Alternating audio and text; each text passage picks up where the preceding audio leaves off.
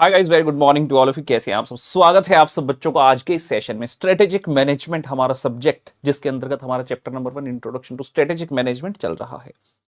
अब तक हमने कई सारे बातें कर ली। हमने सीखा है भाई स्ट्रेटेजिक मैनेजमेंट ओवरऑल सब्जेक्ट की जब हम बात करते हैं तो इसका क्या मतलब है, हमसे क्या एक्सपेक्टेशन इंस्टीट्यूट करता है और क्या क्या एनकम्पासेस इस सब्जेक्ट के अंदर होने वाला है, क्या क्या वैरायटी ऑफ टॉपिक्स एक्सेट्रा पढ़ने वाले हैं। उसके बाद हमने बिल्कुल बेसिक से स्टार्ट किया था। हमने सीखा था स्ट्रेटेजी का क्या मतलब है, प्लानिंग से बिल्कुल डिस्टिंग्विश इसे किया जाता है। स्ट्रेटेजी हमेशा नंबर 1 पर आती है और प्लानिंग एक्सेट्रा सब उसके बाद में रहती है।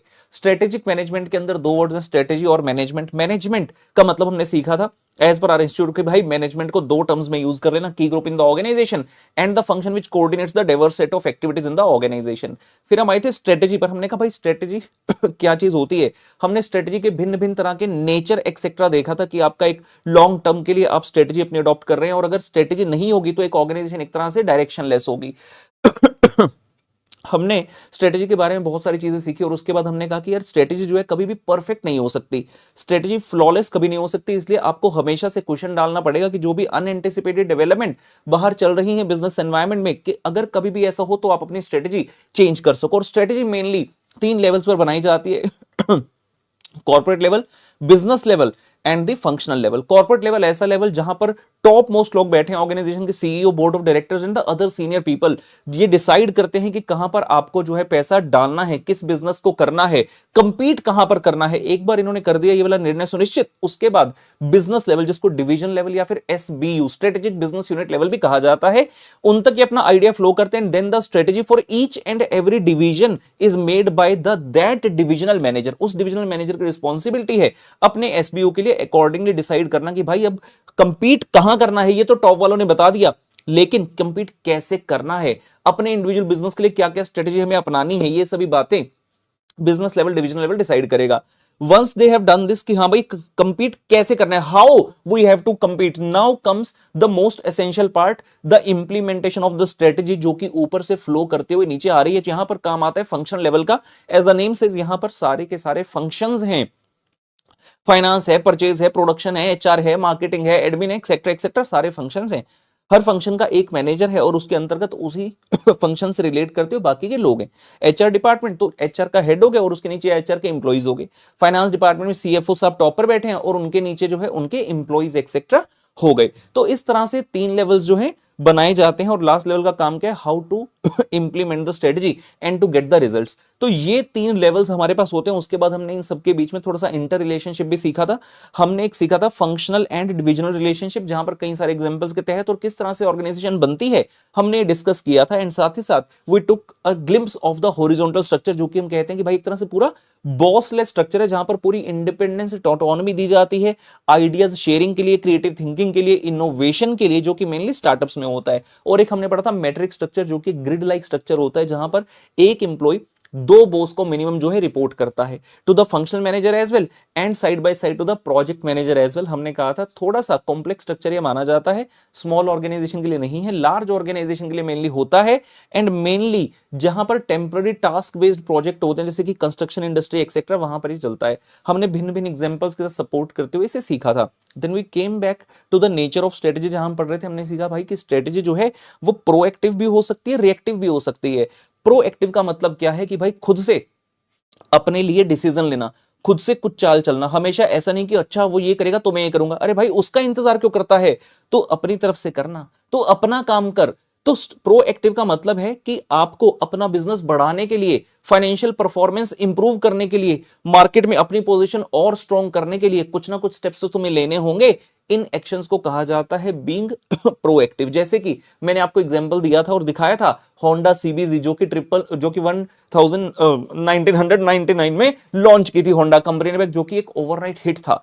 एंड उसके बाद आते रिएक्टिव स्ट्रेटेजी। रिएक्टिव स्ट्रेटेजी का मतलब भाई आप तो अपनी स्ट्रेटेजी बना ही रहे हो, लेकिन बहुत बार आपको स्ट्रेटेजी बनानी पड़ती है not out of your own free will but due to the position which the competitor is taking, because the business environment is uncertain, it's dynamic, unanticipated, हमें नहीं पता कि क्या हो सकता है मार्केट में, तो अगर कॉम्पिटिटर ने कुछ डैश स्टेप ले लिया तो उस डैश स्टेप को काउंटर करने के लिए भी मुझे अपना स्टेप लेना होगा। जैसे कि हमने सेम सीबीजी वाले एग्जांपल की बात करें, बजाज कंपनी ने देखा कि ये तो भाई बड़ी अपॉर्चुनिटी है, इंडिया का जो यूथ है, जो लौंडे लोग हैं, वो तो बाइक के पीछे पागल है, तो क्यों ना पल्सर लॉन्च की जाए। हालांकि बाद में केटीएम ये वो काफी कुछ आ गया, ठीक है, लेकिन हाँ उस टाइम की बात करें तो मेनली सीबीजी के कंपटीशन में आकर खड़ा हुआ था पल्सर, ठीक है ना। तो ये सारी बातचीत हमने करी थी। हमने कहा था कंपनी की जो एक स्ट्रेटेजी निकल कर आएगी, that will be a mix of the proactive and the reactive strategies. तो ऑर्गेनाइजेशन को हर समय सचेत रहना पड़ता है। हमने इसमें फॉर्च्यूनर, एंडेवर, एमजी ग्लोस्टर ऐसे एग्जांपल्स भी साथ साथ देखे थे पुत्र, ठीक है ना।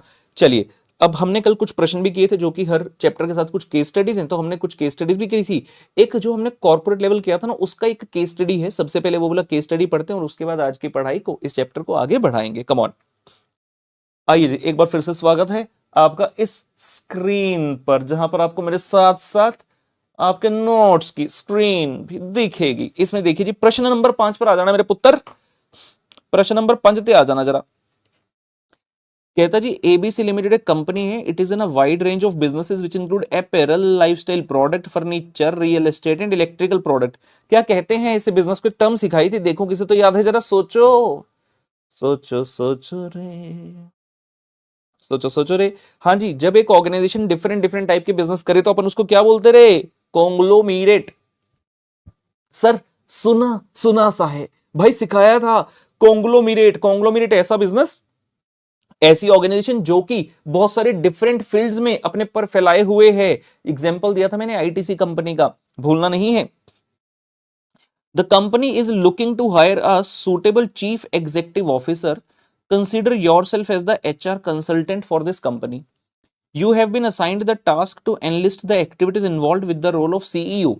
आप एचआर कंसल्टेंट है, सीईओ की पोजीशन भरनी है, वेकेंट पड़ी है, तो कहता आपको एक टास्क मिली है, एक्टिविटीज लिस्ट डाउन करो कि सीईओ साहब की क्या क्या एक्टिविटीज होंगी, and name the strategic level that this role belongs to, and then enlist the activities associated. कौन सा लेवल है बताइए? स्ट्रेटेजिक लेवल हमने 3 सीखे थे, corporate level, business level, functional level. CEO साहब जो है कौन से लेवल पर जाएंगे? Should not be a tough one at all. CEO साहब रहते हैं हमेशा टॉप मोस्ट लेवल, जिसका नाम है कॉर्पोरेट लेवल। हाँ जी, the role of CEO is pertains to corporate level. The corporate level of management consist of the CEO and other top level executive. They occupy the apex of decision making within the organisation. मतलब जो decision making, सारी major decision making है, वो सारी इसी level पर होगी। उसके बाद उसने कहा एक्टिविटीज बता दो, जो हमने सीखा था बेटा जब पढ़ते हो, वही सारी चीज यहां पर वापस से लिखनी है। आइए देखते हैं। The role of CEO that is top management और corporate level manager is to. मतलब एग्जाम में चाहे वो सीईओ पूछ ले, कॉर्पोरेट लेवल पूछ ले, टॉप मैनेजमेंट पूछ ले, ठीक है ना, किसी भी नाम से पूछ ले कि भाई इनका रोल बताओ, तो आपने यही उत्तर देकर आना है। आइए देखते हैं। पहला एनलार्ज कर देते हैं थोड़ा, ये लीजिए। To oversee the development of strategies for the whole organization. Strategy बनानी है, लेकिन किसी इंडिविजुअल बिजनेस का जिम्मा नहीं है, पूरी ऑर्गेनाइजेशन के लिए आपको स्ट्रेटेजी डेवलप करनी है। अगर आपके 5 एसबीयू है तो पांचों के लिए स्ट्रेटेजी आपको बनानी है। To define the mission and goals of the organization. आगे आने वाले टॉपिक्स जो इस चैप्टर में रहेंगे, वहां पर हम विजन, मिशन, गोल, ऑब्जेक्टिव के बारे में बहुत विस्तार पूर्वक चर्चा करने वाले हैं। तो ये भी आपका एक मेजर पार्ट रहेगा कि ऑर्गेनाइजेशन का मिशन तैयार करना, गोल तैयार करना, जिसको देखकर सारी ऑर्गेनाइजेशन जो है अपने छोटे छोटे छोटे छोटे ऑब्जेक्टिव बनाएगी और फिर उनको अचीव करेगी। Determining what businesses it should इन। कौन से बिजनेस को आपने करना है, नहीं करना, ये भी सीईओ साहब निर्णय लेंगे। ऐसा नहीं है कि एक ऑर्गेनाइजेशन ने अगर सिर्फ डैश पर्टिकुलर प्रोडक्ट लाइन से स्टार्ट किया था तो वो पूरी जिंदगी भर उसी प्रोडक्ट लाइन को स्टार्ट करती रहेगी। अब सैमसंग कंपनी का स्टार्टिंग से फोन बनाती है? नहीं भाई, ये तो विजुअल डिस्प्ले यूनिट एक्सेट्रा बनाते थे, तो फोन में तो बाद में आए ठीक है ना। Same way, so allocating resources among the different businesses. एक बार आपके पास पैसा तैयार होगा कि भाई अपने पास इतना पैसा है, उस पैसे को डिफरेंट डिफरेंट बिजनेसेस में एलोकेट करना। रिलायंस कंपनी आज की डेट में कैसे जो है एलोकेट करती होगी पैसा इन द डिफरेंट वर्टिकल्स, तो पैसा एलोकेट करने का निर्णय टॉप मैनेजमेंट करेगा, किस किस को कितने पैसे मिलने चाहिए। formulating the strategies and implementing the strategies that span the individual business। एक तो पहला पॉइंट हो गया कि सारी ऑर्गेनाइजेशन वाइड आपको स्ट्रेटेजीज बनानी है। उसके बाद जो इंडिविजुअल बिजनेसेस हो गए, जहां पर कुछ मेजर स्ट्रेटेजी बनानी है, वेयर टू कम्पीट टाइप की, हाउ टू कम्पीट नहीं, वो तो बिजनेस लेवल ही बनाएगा, लेकिन एक मेजर स्ट्रेटेजी कि भाई इस तरह से हम इसे फॉर्मुलेट करके दे रहे हैं और इसको इंप्लीमेंट करने का तरीका कुछ ऐसा रहेगा इंडिविजुअल बिजनेसेस के लिए, वो भी आपने करना है। जैसे मान लो जियो लॉन्च हुआ, तो अंबानी साहब ने भाई जियो के लिए कुछ तो काम किया होगा ना, ऐसे थोड़ी अपने सबॉर्डिनेट्स को कह दिया कि ठीक है भाई जियो के लिए तुम निर्णय ले लेना। तो जियो जब लॉन्च किया गया था काफी साल पहले, तो उसमें ओवरऑल स्ट्रेटेजी क्या बनाई जाएगी, उसको कैसे इंप्लीमेंट करेंगे, तो एक स्ट्रेटेजिक डायरेक्शन देना ऑर्गेनाइजेशन को, ये भी टॉप लेवल का ही काम होता है। And then providing the leadership for the organization, they will work as the leader for the organization as well. मतलब कभी जो आपके नीचे वाले लेवल हैं, अगर कभी किसी प्रकार की दिक्कत दुविधा आ जाए, कुछ समझ में ना आई या फिर उन्हें गाइडेंस चाहिए, तो where they will go, obviously they will come to you only. जैसे हम कहते हैं फैमिली के अंदर पेरेंट्स से बच्चे हैं, वैसे आप अडल्ट हो गए, आप सेल्फ सफिशिएंट है अपने काफी सारे डिसीजन लेने के लिए, लेकिन कहीं कई बार जिंदगी में आपके सामने जब डायलेमा आता है, जब निर्णायक मोड़ आता है, आपको निर्णय लेने समझ में नहीं आ रहा, तो where do you go, you approach to your seniors, जहां पर सबसे पहले आपके मम्मी पापा आते हैं। हो सकता है मम्मी पापा नहीं, आपको लगे कि नहीं यार ये मेरे गुरु हैं, टीचर हैं, चाहे वो स्कूल के टीचर हो सकते हैं, आपके कॉलेज के टीचर हो सकते हैं, हम हो सकते हैं। बहुत बार बच्चे हमसे किसी प्रकार की गाइडेंस मांगते हैं, तो you look up to your top level, senior level for the leadership skills. तो ये काम भी इन्हें करना है। तो भाई याद रखने हैं पॉइंट सारे के सारे। पहला, to oversee the development of strategy for the whole organization. जब स्ट्रेटेजी वाली बात आई तो ये वाला पॉइंट साथ में रख लो। Formulating and implementing strategy that span the individual business. Differentiate कैसे करना, यहां पर है स्ट्रेटेजी होल ऑर्गेनाइजेशन के लिए, और यहां पर है जो इंडिविजुअल बिजनेस के लिए बन रही है। उसके बाद कौन से बिजनेस में हमें होना चाहिए, ये दोनों पॉइंट एक साथ याद रख लेना। कौन से बिजनेस में हमें होना चाहिए, और एक बार डिसाइड हो गया कि ठीक है ये 4 बिजनेस है भाई, इस 4 में कितना कितना पैसा डालना है हमें। उसके बाद हर बिजनेस के लिए आपका ऑर्गेनाइजेशन के लिए मिशन एंड गोल तैयार करना। नॉर्मली मिशन एंड गोल जो है ऑर्गेनाइजेशन वाइज होता है, लेकिन इट डज नॉट मीन कि एसबीयू के लिए भी आपका मिशन नहीं हो सकता। एसबीयू के लिए भी आप मिशन बना सकते हो डेफिनेटली, सो दैट उस एसबीयू के सभी लोग जो है उस पर्टिकुलर मिशन को अचीव करने के लिए ही अपनी पूरी एनर्जी जो है लगाएंगे। एंड इसके साथ साथ आप ये लीडरशिप वाला पॉइंट भी याद रख सकते हैं। तो हमने क्या बोला, strategy for the whole organization, strategy for the individual business, determining what businesses it should be in, and then determining resources किस किस को कितने देने हैं। फिर हमने कहा लीडरशिप स्किल, और साथ ही साथ mission and goal of the organization तैयार करना। तो ये सब कुल मिलाकर इनके हिस्से में पुत्र पॉइंट्स आ जाते हैं। ठीक है, चलिए जी हम चलते हैं वापस जहां पर हम थे। ये सब हम पढ़ चुके हैं, स्ट्रेटेजिक मैनेजमेंट प्रोसेस, स्ट्रेटेजी का मीनिंग, डेफिनेशन, ये सब चीजें हमने कर ली हैं। स्ट्रेटेजी परफेक्ट होती है क्या नहीं, levels at which it is formulated, proactive, reactive, ये सब बातें हम कर चुके हैं।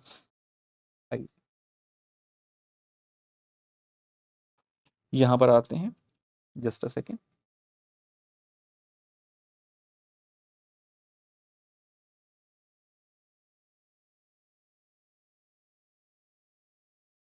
हाँ जी, क्या लिखता है, strategy can bring the revolution.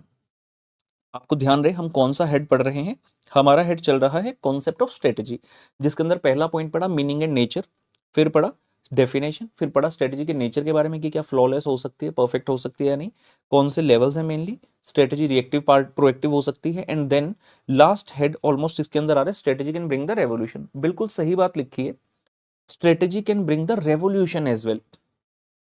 2016 8 नवंबर की वो भयानक रात, 8 नवंबर था, रात के 8 बजे थे, तारीख शायद 8 नवंबर थी।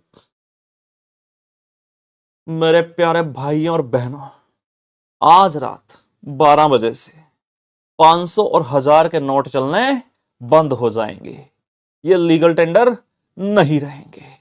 लोग हैरान परेशान, 500 के नोट जेब में पड़े, 1000 के नोट जेब में पड़े, और मोदी साहब कह रहे हैं रात को ये नोट बंद हो जाएगा। भाई ऐसे कैसे, ऐसे कैसे बंद हो जाएगा, हमारे पास पैसे पड़े हैं, हम क्या करें।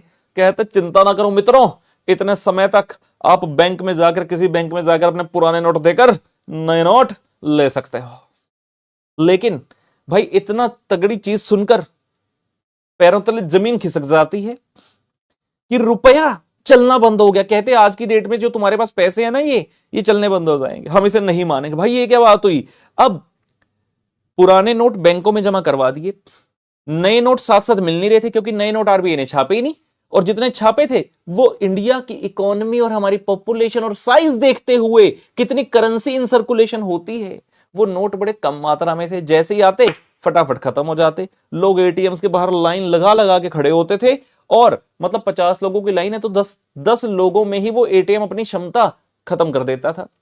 क्या किया जाए, लोग कहते भाई हमें खर्चे करने, हमें पेमेंट्स करनी है, पुराने रुपए तुमने बंद कर दिए, नए रुपए आए नहीं है, हम करें तो क्या करें। गवर्नमेंट को भी समझ में आ गई कि यार अगर हमने डीमोनेटाइजेशन स्टेप लिया है, डीमोनेटाइजेशन जैसा, तो हमें कुछ और तरीका पेमेंट का लाना पड़ेगा। And Indian government wanted to make the digital currency strong. Digital currency से मेरा मतलब इलेक्ट्रॉनिक रुपी नहीं है, digital mode of payment I should say, perhaps digital mode of payment आना चाहिए जहां पर आप कैश लेस ट्रांजेक्शन कर सकें। अब उस समय तो सुनने में बड़ा मुश्किल लग रहा था, ऐसा भी नहीं था कि उस समय मोबाइल इतना ज्यादा प्रचलित नहीं था, लेकिन कौन सोच सकता था कि आप मोबाइल से पेमेंट करोगे, क्योंकि उस समय नॉर्मल मोड ऑफ पेमेंट जो है एटीएम्स एक्सेट्रा होते थे। अब आप एटीएम लेकर जा रहे हो, जिन लोगों ने इस थ्योरी का उस समय विरोध किया था वो यही बोलते थे, कहते यार आप एटीएम लेकर जा रहे हो, आप सब्जी लेने के, उसके पास एटीएम मशीन थोड़ी है, वहां कैसे पैसे दोगे, ठीक है ना। अब लोगों को पान खाने की बड़ी आदत होती है, खाना खाने का, पान खाएंगे, अब पान खाएंगे तो पान वाले को कैसे पैसे दोगे भाई, 10 रुपए का है पान तो, 15 रुपए का है पान तो, ठीक है ना। आपने रिक्शा की सवारी करी, उसके पैसे बन गए 28 रुपए, कैसे दोगे उसके 28 रुपए, आपके पास है ही नहीं पैसे। Getting my point. तो there were lot of questions, काफी सारी प्रॉब्लम सामने खड़ी थी उस समय ये निर्णय लेना स्वाभाविक था कि हमें डिजिटल मोड ऑफ पेमेंट लाना पड़ेगा। And then there was a strategy made up by the government which revolutionized, बड़ा सा वर्ड है ना, कई बार जी भटक जाते, revolutionized not only India but the whole world। India ने सारे वर्ल्ड को रास्ता दिखाया, आज की डेट तक रास्ता दिखा रहे हैं कि भाई यूपीआई नाम की एक चीज है, यूनिफाइड पेमेंट इंटरफेस, यूपीआई, जिसके तहत आप ऑनलाइन पेमेंट जो है कर सकते हैं। NPCI, national payment corporation of India के साथ मिलकर यूपीआई का प्लेटफॉर्म बनाया गया। आइए देखते हैं। Strategy is also a means to identify the existing problems and solving them by executing the revolutionary idea. For example, UPI has changed the entire digital payment landscape in India, has even gone global, which is a true example of made in India for the whole world. It was all because of a well-planned identification of existing problem statement and then formulating a strategy, putting it to the perfect execution. और UPI आज की date में इतना बड़ा mode of payment बन चुका है जो किसी ने कभी सोचा भी नहीं था। जब डीमोनेटाइजेशन हुआ भी, उसके बाद जब यूपीआई आ भी गया, तब भी लोग कैश से ही पेमेंट करना पसंद करते थे, कहते यार ये मोबाइल का सिस्टम हमें समझ नहीं आएगा। खासकर जो लोग सीनियर सिटीजन एक्सेट्रा की एज से आगे चले गए या फिर जिन्होंने कभी अपनी लाइफ में टेक्नोलॉजी को नहीं देखा, तो उन्हें हमेशा भय लगता था कि यार नहीं हम कैसे पेमेंट करेंगे, हमें तो आएगा नहीं समझ ऐसा वैसा, तो हमेशा कैश लेकर चलते थे। लेकिन जैसे जैसे हम आगे बढ़ रहे हैं, यूपीआई सभी को अपने दायरे के अंदर लेकर जाता जा रहा है और पेमेंट का मोड भी काफी आसान कर देगा। The way you have to make the payment is extremely easy. आइए इसी से संबंधित एक आर्टिकल मैंने आइडेंटिफाई किया और आपको पढ़ाते हैं। यहां ये वाला पैराग्राफ देखेंगे जी, ये जो लिखा है, according to PwC India's payment handbook, UPI is expected to reach, क्या लिखा है, 100 crore transactions per day. What, 100 crore? Can you even imagine the size? वो एक साल की ट्रांजेक्शन नहीं कह रहा, एक दिन की ट्रांजेक्शन कह रहा है भाई। ना 1 करोड़, ना 2 करोड़, ना 5 करोड़, ना 10 करोड़, 100 करोड़ ट्रांजेक्शंस आने वाले साल में, 100 करोड़ ट्रांजेक्शंस पर डे होंगी। So we can definitely understand कि भाई यूपीआई किस लेवल तक पहुंच चुका है। तो ये point, strategy can bring revolution, is a true point कि हाँ भाई अगर आइडेंटिफाई कर लें प्रॉब्लम को और सही स्ट्रेटेजी बना लें तो आपका एक स्ट्रेटेजी रेवोल्यूशन लेकर आ सकता है। And India is also helping the other countries to do the same. उनको भी हेल्प कर रहे हैं कि कैसे आप जो है सिस्टम को ला सकते हैं और कैसे इसका जो पूरा है सिस्टम बना सकते हैं। तो एक हमारे सामने सवाल आता है, पॉइंट टू पॉन्डर, कुछ गहन सवाल जो लगते हैं कि क्या ये भी हो सकता है। मोर और लेस प्रैक्टिकल चीजों की बात करेंगे इसके अंदर। देखिए जी क्या है, कहता जी एक ना केचप ब्रांड है, making a healthier ketchup with less sugar and preservatives to attract more customers.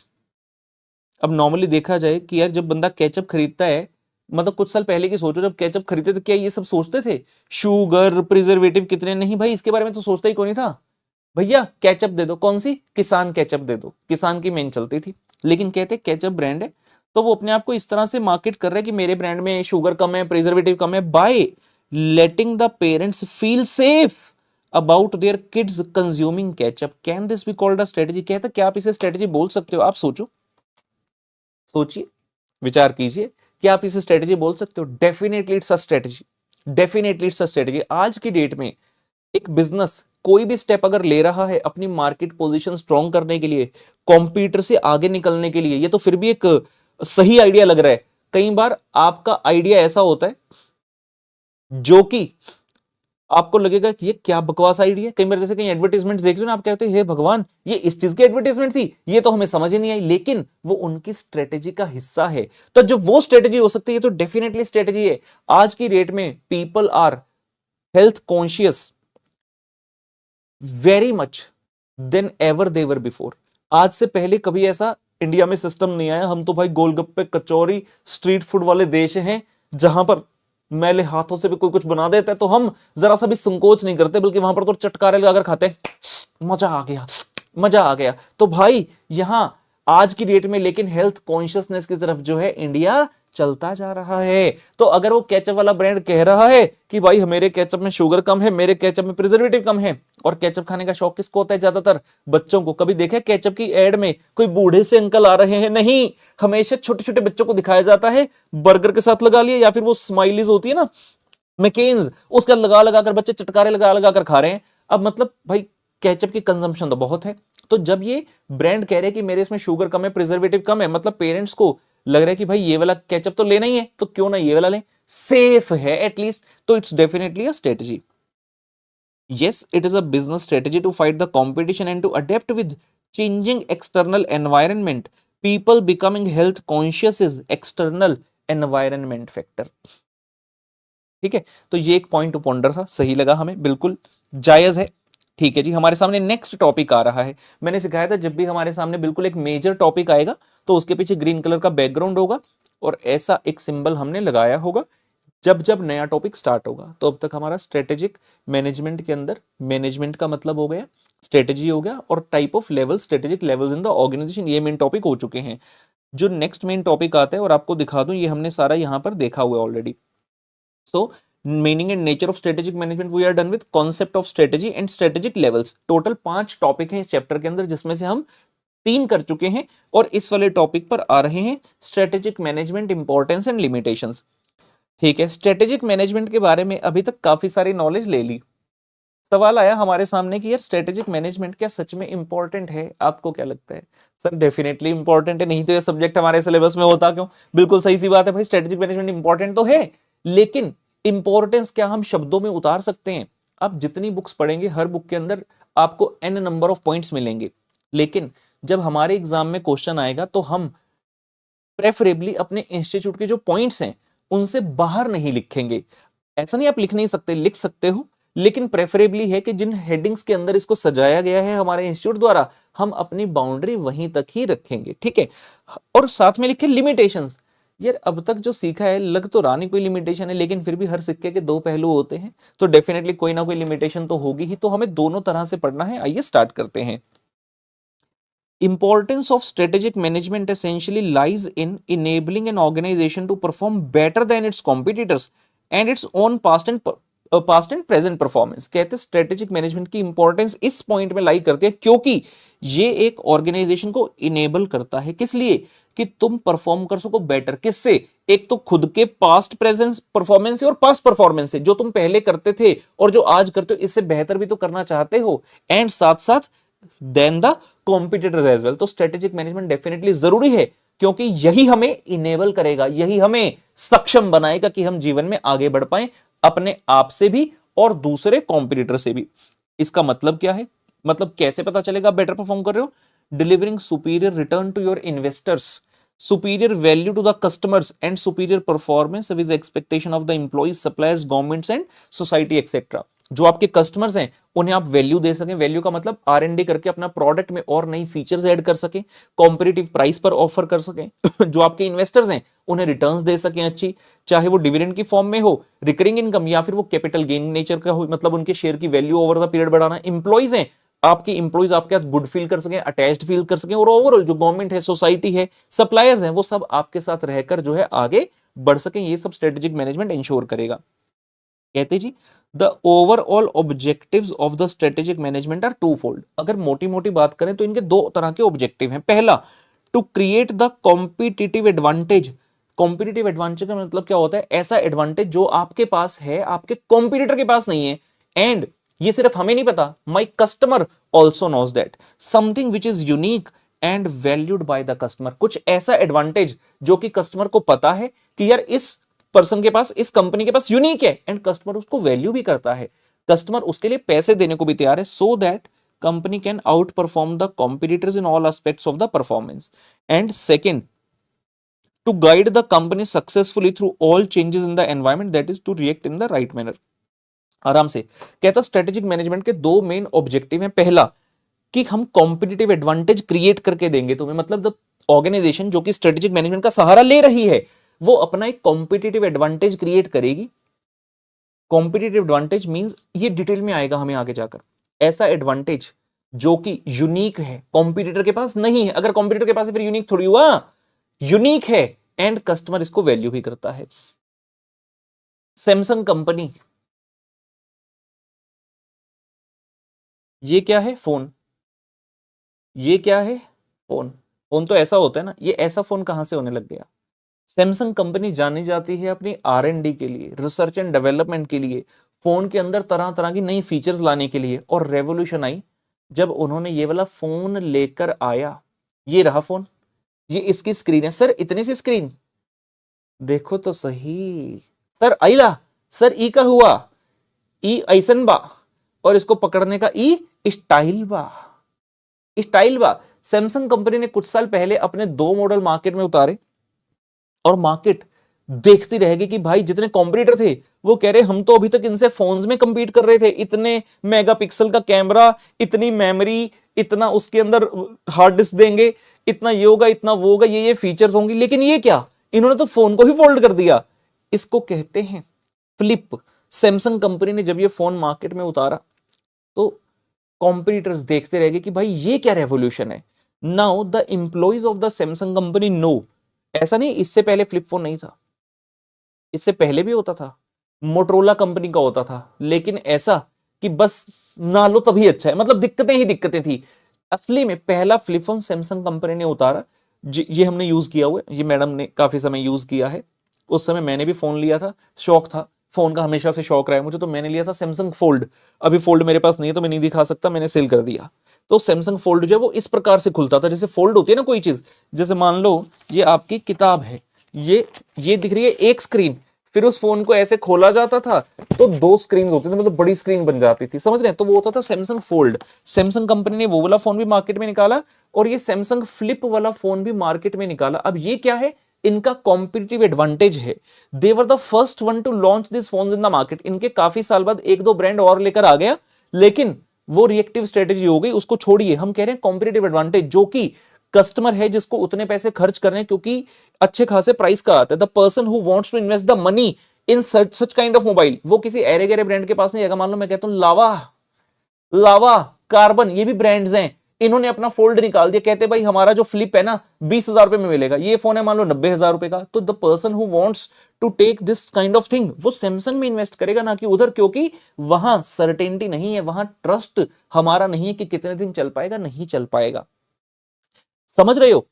Unique इतनी चीज, सिर्फ ऐसा नहीं कि फोल्ड वाला फोन बनाया ये बना दिया, इसकी स्क्रीन कितना समय मैडम ने यूज किया, आज तक कोई दिक्कत नहीं। और जो सबसे जबरदस्त चीज, ऊपर भी एक स्क्रीन लगा दी इसके, सो दैट आपका कोई मैसेज है तो आपको फोन ओपन करने की जरूरत नहीं है। क्योंकि जब ये फोन मार्केट में उतारा गया सबसे पहले दिक्कत ये लोग कहते ये फोन है, बार बार खोलना पड़ेगा, बार बार बंद करना पड़ेगा, इतना टाइम थोड़ी है किसी के पास, इतने में आपकी बेल बजेगी, आप फोन खोलोगे, इतने में खोलोगे, इतने में फोन कट जाएगा। अगर सीधा सीधा फोन हो हम तो सीधा उठा सकते हैं, उसमें खोलने बंद करने का चक्कर नहीं। सैमसंग कहते ठहरो जरा, सबर करो, रुको, ये देखो ये स्क्रीन दिया है ना, जब भी कोई फोन आएगा you can just pick it up from here, whenever there is a message you can just see it from here, कोई भी नोटिफिकेशन है आप यहीं पर देख सकते हैं। So this is the kind of competitive advantage. तो हम कह रहे हैं कि भाई स्ट्रेटेजिक मैनेजमेंट अगर लगाओगे तो कॉम्पिटिटिव एडवांटेज डेफिनेटली आप क्रिएट कर पाओगे। ये ऑब्जेक्टिव है स्ट्रेटेजिक मैनेजमेंट। और दूसरा ऑब्जेक्टिव क्या है? To guide the company successfully through all the changes. इतना टर्बुलेंट एनवायरनमेंट है, आए दिन कुछ ना कुछ मार्केट में होता रहता है, आपका कॉम्पिटिटर कुछ ना कुछ ऊट पटूंग चाल वगैरह चलते रहते हैं। तो आपको कैसे सक्सेसफुली उस पाथ से लेकर जाना है, बिजनेस एनवायरनमेंट में जो चेंजेस हो रहे हैं वो भी स्ट्रेटेजिक मैनेजमेंट का एक ऑब्जेक्टिव है। कुछ साल पहले कोविड-19 आया जी, कोरोना वायरस आया, सबकी छुट्टी हो गई। चाहे आप घर पे बैठे हो, चाहे कोई बिजनेस करता है, चाहे कोई स्कूल का बच्चा, कॉलेज का है, पापा ऑफिस जाते हैं, मम्मी हाउस, सबकी छुट्टी हो गई जी एक साथ। कितने सारे बिजनेसेस डूब गए, लेकिन कितने सारे बिजनेसेस हैं जो चलते रहे उस टर्बुलेंट एनवायरनमेंट में भी। कैसे? स्ट्रेटेजिक मैनेजमेंट की ही मदद से। तो आइए देखते हैं और डीप डाइव करते हैं इसमें, इंपॉर्टेंस ऑफ स्ट्रेटेजिक मैनेजमेंट क्या है। ठीक है, ये जनरल लाइंस लिखी है, इनके ऊपर समय नहीं लगाएंगे। कहता जी formulation of strategy and their implementation has become essential for all the organisations for their survival and growth in the present turbulent business environment. जो की टर्म है वो ये है, survival of the fittest as propagated by Mr. Charles Darwin is the only principle of survival for all the organization। आज की date में अगर सर्वाइव करना है तो सिंपल सा नारा है survival of the fittest.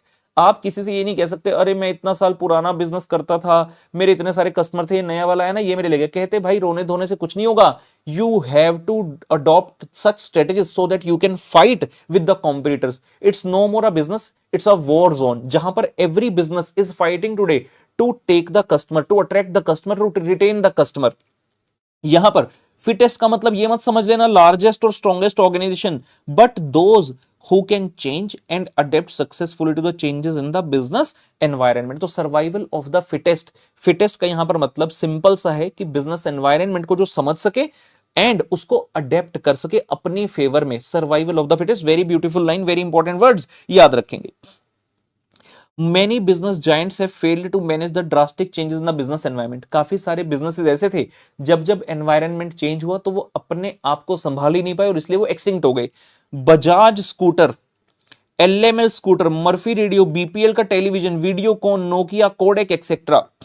Bajaj scooter, कल हम सीबीजी की बात कर रहे थे, जब सीबीजी भी आई थी तब भी बजाज वालों को लगा नहीं कि स्कूटर बंद हो रहा है, क्योंकि स्कूटर हमेशा से एक भारतीय मोड ऑफ ट्रांसपोर्ट रहा है for a middle class family. और स्कूटर जो आता था उसकी सीट की बनावट ऐसी होती थी कि वहां पर बंदा बैठकर सेफ फील करता था। लेकिन कहते हैं भाई शोबाजी का जमाना है, जैसी बाइक ही लोगों को उसने अट्रैक्ट किया, पहले तो यंगस्टर को अट्रैक्ट किया, फिर बाद में जो लोग यंगस्टर काइंड ऑफ नहीं थे, मतलब mid 40s mid 50s etcetera, उनको भी लगा कि नहीं भाई स्कूटर से बेटर तो ये है, इसकी शेप बेटर है, एक टशन मारने का एक टशन आपको लगता है। अदरवाइज स्कूटर पर जितनी सेफ्टी है उतनी मोटरसाइकिल पर है ही नहीं। लेकिन ये कंपनीज बजाज और एलएमएल, इन दो के ही स्कूटर चलते थे भारत में, तो ये दो कंपनीज उस चीज को अच्छे से अडेप्ट कर ही नहीं पाई और मोटरसाइकिल्स के आने से इनकी अपनी स्ट्रेटेजी इतनी वीक थी कि इनके अपने धंधे स्कूटर के बंद हो गए और आज की डेट में ऑलमोस्ट स्कूटर एक्सटिंक्ट ही हो गया। आज की डेट में स्कूटर एक्सटिंक्ट ही हो गया। कुछ समय पहले एलएमएल ने एक स्कूटी निकाली जी वेस्पा, बड़े सारे कलर्स में निकाली और अच्छा खासा प्राइस रखा। आप लोगों को पता शायद नहीं होगा, अपने घर वालों से पूछना, मम्मी पापा से आप बात करोगे तो पता चलेगा एलएमएल वेस्पा ये स्कूटर होता था। LML Vespa was a scooter in the late 90s and early thousands। बाद में एक्सटिंक्ट हो गया मार्केट में। उन्होंने अब क्या किया, नया स्कूटी लेकर आए और नाम पुराना ब्रांड नेम यूज कर लिया कि वेस्पा। अब पुराना ब्रांड नेम यूज करने का फायदा क्या, जो यूथ है उसको तो ब्रांड नेम पता ही नहीं, उसके लिए तो नया ब्रांड नेम है, सिंपल एज दैट। लेकिन जिस यूथ के लिए खरीदा जाएगा उनके जो पेरेंट्स हैं उनको तो पता है ना कि एलएमएल वेस्पा है, तो उन्होंने स्ट्रेटेजी अपनाई कि भाई एक विश्वास, एक ट्रस्ट जो है हमारी कंपनी के ऊपर। लोग एलएमएल नाम नहीं जानते थे, वेस्पा जानते थे कि भाई वेस्पा नाम की चीज होती है। जैसे आप कहते डेयरी मिल्क, कैडबरी पता हो ना पता हो, लेकिन 14 फरवरी को डेयरी मिल्क जरूर लाते हैं। सर दुख दर्द पीड़ा ऐसा टॉपिक मत छेड़ो जहां से हमें दुख हो दर्द हो। 14 फरवरी हमारे जीवन में कोई नहीं है, हम कैसे मनाएं, कोई बात नहीं पुत्र, you must love yourself. लैलेक डेयरी मिल्क ते आपे उनको कर जा, आपे खा जा उन्होंने। You should love yourself also. Why do you search for love outside. जिनके पास नहीं होता उन्हें इसी तरह की फिलोसफी करके बचना पड़ता है। हाँ जी, तो हम कह रहे हैं एलएमएल स्कूटर, बजाज स्कूटर, उसके अलावा बीपीएल टेलीविजन। एक जमाना था टेलीविजन मतलब बीपीएल, इंडिया में हर घर के अंदर बीपीएल का टेलीविजन होता था। हद से हद वीडियोकॉन, वॉशिंग मशीन की बात करते थे, एक ही नाम आता था Videocon. TV Videocon, washing machine Videocon, refrigerator Videocon. लेकिन वीडियोकॉन अपने आप को संभाल नहीं पाए और धीरे धीरे एक्सटिंक्ट होता चला गया, बिकॉज कोप अप नहीं कर पाए। जब बड़े स्ट्रॉन्ग ब्रांड्स आने स्टार्ट हुए, उन्होंने तरह तरह की डैश टाइप की फीचर्स देनी स्टार्ट करी, वीडियोकॉन नहीं दे पाया और धीरे धीरे लोग ऐसे ब्रांड को नकार देते हैं, क्योंकि consumer, the person who has to invest the money, वो 70 तरह की रिसर्च करेगा, देखेगा कि उसे कितना पैसा डालकर कितनी वैल्यू मिल रही है। If the brand is not able to give the value, तो कस्टमर सिर्फ इस वजह से आपको नहीं खरीदेगा कि आप काफी साल से मार्केट में हो ना, इस वजह से कोई आपको नहीं खरीदेगा। So it becomes imperative to study the business strategy. कहते जी each organisation has to build its competitive advantage over the competitors in the business warfare. मैंने थोड़ी देर पहले ही बोला कि भाई अब तो ये वॉर जोन बन चुका है, आपको अपने कॉम्पिटिटर से आगे निकलने के लिए कॉम्पिटिटिव एडवांटेज, कुछ ऐसी चीज चाहिए जो कि आपके कॉम्पिटिटर के पास ना हो और जिसके कारण कस्टमर आपकी तरफ खींचा चला आए। This can be done only by the process of strategic management, जिसके अंदर कई सारे स्टेप्स आते हैं। हम आगे आने वाले सभी चैप्टर्स में इन हेडिंग्स को पढ़ेंगे। स्ट्रेटेजिक एनालिसिस करना एक्सटर्नल और इंटरनल एनवायरनमेंट का, उसके बाद आपने जब इंटरनल और एक्सटर्नल स्ट्रेटेजी एनालिसिस कर लिया, फिर आपको पता चलेगा अच्छा सिचुएशन ऐसी है तो I have to formulate this strategy. Formulate करेंगे, इंप्लीमेंट करेंगे, इंप्लीमेंट करने के बाद it's very important you keep on evaluating time to time कि हमने जो इंप्लीमेंट किया था भाई, क्या चल रहा है, जो चाहते थे वो हासिल हो रहा है, और अगर नहीं तो समय समय पर to take the control measures as well, उसको चेंज करते हुए आगे बढ़ना, so that you can achieve the objective with which you started. ठीक है, ये फिर से सिंपल लाइंस लिखी हैं, रीड कर सकते हैं खुद, मैं ऊपर ऊपर से कर देता हूं। Importance of strategic management lies in delivering the superior organizational performance than otherwise it would have obtained. ठीक है, चलिए जी मेजर बेनिफिट्स पर आते हैं। तो हमारे सामने ये बेनिफिट्स हैं, इन्हें हमें याद रखने की कोशिश करनी है। Define the goals and mission, helps organization to be proactive, framework for the major decision, prepares the organization to face the future, corporate defense mechanism, enhances the longevity of business, core competence and the competitive advantage। मुझे कुछ लिखवाना होगा तो मैं साथ साथ आपको लिखवा दूंगा। हाँ जी, पहला point, define the goals and the mission. Strategic management जब आप यूज करते हैं, it will give a direction to the company to move ahead. आपको एक डायरेक्शन मिलती है कि हमें किस तरह से आगे जाना है। अगर स्ट्रेटेजिक मैनेजमेंट नहीं है, ये कह रहे हैं कि भाई अगर आपके पास स्ट्रेटेजी नहीं है तो आप डायरेक्शन लेस हो। जैसे मैं आपसे पूछता हूं बेटा जीवन में क्या करना है, सर सोचा नहीं। क्या बनना चाहते हो, सर पता नहीं। अरे भाई बचपन में ये आंसर ठीक था, 20 साल के हो गए हो अब तो तुम्हें पता होना चाहिए, लेकिन कहते नहीं पता। तो वैसा ही हाल समझो, आप किसी ऑर्गेनाइजेशन के सीईओ के साथ बैठे हो, आप कहते फिर आप कहां देखते हो अपनी कंपनी को आने वाले 1 साल में, 5 साल में, कहता सोचा नहीं, देखेंगे कहां पहुंच सकते हैं। ऐसा गंदा जवाब। मतलब आप तो स्ट्रेटेजिक मैनेजमेंट का कतई यूज नहीं करते, लेकिन जो यूज करते हैं they have this thing in mind कि हाँ वो कहां जाना चाहते हैं, कंपनी को क्या डायरेक्शन देना चाहते हैं। They have the clear goal in mind, they have the clear vision in mind where the organization will land. The strategic management gives a direction to the company to move ahead. It helps the management to define realistic objectives and goals which are in line with the vision of the company। आगे आने वाला topic रहेगा, दिखा देता हूं आपको। यहाँ देखिए जी, विजन मिशन गोल, तो वहां पर और डिटेल में बात होगी। अभी के लिए वो सिर्फ ये कह रहा है कि स्ट्रेटेजिक मैनेजमेंट के अंदर ना कई सारी चीजें आती है, हम पढ़ेंगे स्ट्रेटेजिक इंटेंट है, विजन है, मिशन है, गोल्स है, ऑब्जेक्टिव है। तो ये वाली चीज हम कह रहे हैं कि स्ट्रेटेजिक मैनेजमेंट का अगर प्रयोग करोगे तो आप अपना एक विजन बना पाओगे, और फिर उस विजन को अचीव करने के लिए ऑब्जेक्टिव्स और तरह तरह के गोल्स आप बनाओगे। तो स्ट्रेटेजिक मैनेजमेंट सबसे पहले तो आपकी ये हेल्प करता है कि आपको पता तो हो कि भाई करना क्या है। Number 2, it helps the organizations to be proactive. हमने प्रोएक्टिव के बारे में काफी डिटेल में बातचीत करी थी। तो स्ट्रेटेजिक मैनेजमेंट आपकी हेल्प करते हैं कि भाई आप सिर्फ रिएक्टिव मत रहो। ऐसा नहीं कि सिर्फ स्टेप अपना कंप्यूटर को देख कर लेना, you have to take your own steps as well. It helps the organizations to be proactive instead of reactive in shaping its future. Organizations are able to analyze and take actions instead of being a mere spectators, thereby they are able to control their own destiny in a better manner। कितनी बढ़िया line लिखी है भाई, खुद की destiny आपके खुद के हाथ में है, तो हमें किसी समय का इंतजार नहीं करना, और ये नहीं सोचना यार जो चल रहा है ठीक ही तो चल रहा है, कुछ करने की आवश्यकता क्या है। अगर ऐसा सोचने लगे तो कोई भी company, let's say Samsung company के एग्जांपल लेता हूं, उन्होंने एक टीवी निकाला था, मान लेते हैं जी 5 साल पहले, तो आज की डेट में भी वही वाला टीवी बिक रहा होता। उन्हें बार बार हर 6 महीने 8 महीने पे भाई नया नया मॉडल उतारने की जरूरत क्या है। एप्पल कंपनी है, हर साल अपना फोन लॉन्च कर देते हैं, iPhone 11, 12, 13, 14 etcetera and so on. हर साल का बना ही लिया कि हम हर साल नया मॉडल निकालेंगे। क्या वो वेट कर रहे हैं कि हमारे जो सबसे मेजर कॉम्पिटिटर सैमसंग, देखते हैं वो कितने साल बाद निकालता है। अच्छा 3 साल नहीं निकाला उसने, ठीक है हम भी बैठे रहते, जब 3 साल बाद वो निकालेगा हम भी निकाल देंगे। नहीं, you have to be proactive. अपनी डेस्टिनी खुद के हाथ में है आपके। You have to take the steps rather than waiting for the steps of the competitor. ठीक है ना। अब कई बार अपने फोन में इतनी सारी एप्स होती हैं, डाउनलोड कर लेते हो, आए दिन आता रहता है भाई फलाना ऐप का अपडेट आ गया, फलाना इस ऐप का अपडेट आ गया। अब फेसबुक, व्हाट्सएप, इंस्टाग्राम इतने जबरदस्त मोड्स हैं आज की डेट में, इंसान छोड़ना भी चाहे छोड़ नहीं सकता। जैसे हैं वैसे ही एक्सेप्ट कर ले, लेकिन फिर भी वो अपडेट लेकर आते रहते हैं। दिक्कत क्या है, जो पहले चल रहा था सही तो है, लेकिन हम यही कह रहे हैं you have to be proactive. आप सिर्फ ये नहीं सोच सकते मैंने लॉन्च कर दिया एक प्रोडक्ट है सर्विस, अब ये ऐसा ही रहेगा। अगर वो ऐसा ही रहा तो समय बदलते देर नहीं लगी, क्योंकि नया कॉम्पिटिटर आएगा और वो ऐसी ऐसी टेक्निक्स और फीचर्स लेकर आएगा कि कस्टमर इमीडिएटली शिफ्ट हो जाएगा उधर। तो कस्टमर आपके पास अट्रैक्टेड रहे, you have to take the step कि जब कोई नया कॉम्पिटिटर आए भी तो भी कस्टमर ये सोचे कि यार मैं 5 साल से इस ब्रांड के साथ हूं, ये भी तो अपने आप को अपडेट करता ही रहता है, तो कोई दिक्कत नहीं है, अगर आज नहीं तो कल ये भी अपने आप को अपडेट कर लेगा, but I will remain loyal to this particular brand. तो स्ट्रेटेजिक मैनेजमेंट आपकी प्रोएक्टिव होने में मदद करेगा। फिर कहते हैं जी framework for major decision. Strategic management provides the framework for all the major decision of an enterprise, like for business, कौन से बिजनेस में पैसा डालना है, कौन से प्रोडक्ट्स लॉन्च करने हैं, कौन सी मार्केट्स में आपने जाना है, क्या सिर्फ एक ज्योग्राफी, एक पर्टिकुलर टाउन में, शहर में अपने आपको ऑपरेट करना चाहते हो, या फिर पूरी सिटी या पूरे स्टेट को कवर करना चाहते हो, या पूरी कंट्री को कवर करना चाहते हो। एक बार अगर कंट्री कवर कर ली तो क्या दूसरी कंट्री में भी अपने पांव फैलाना चाहते हो?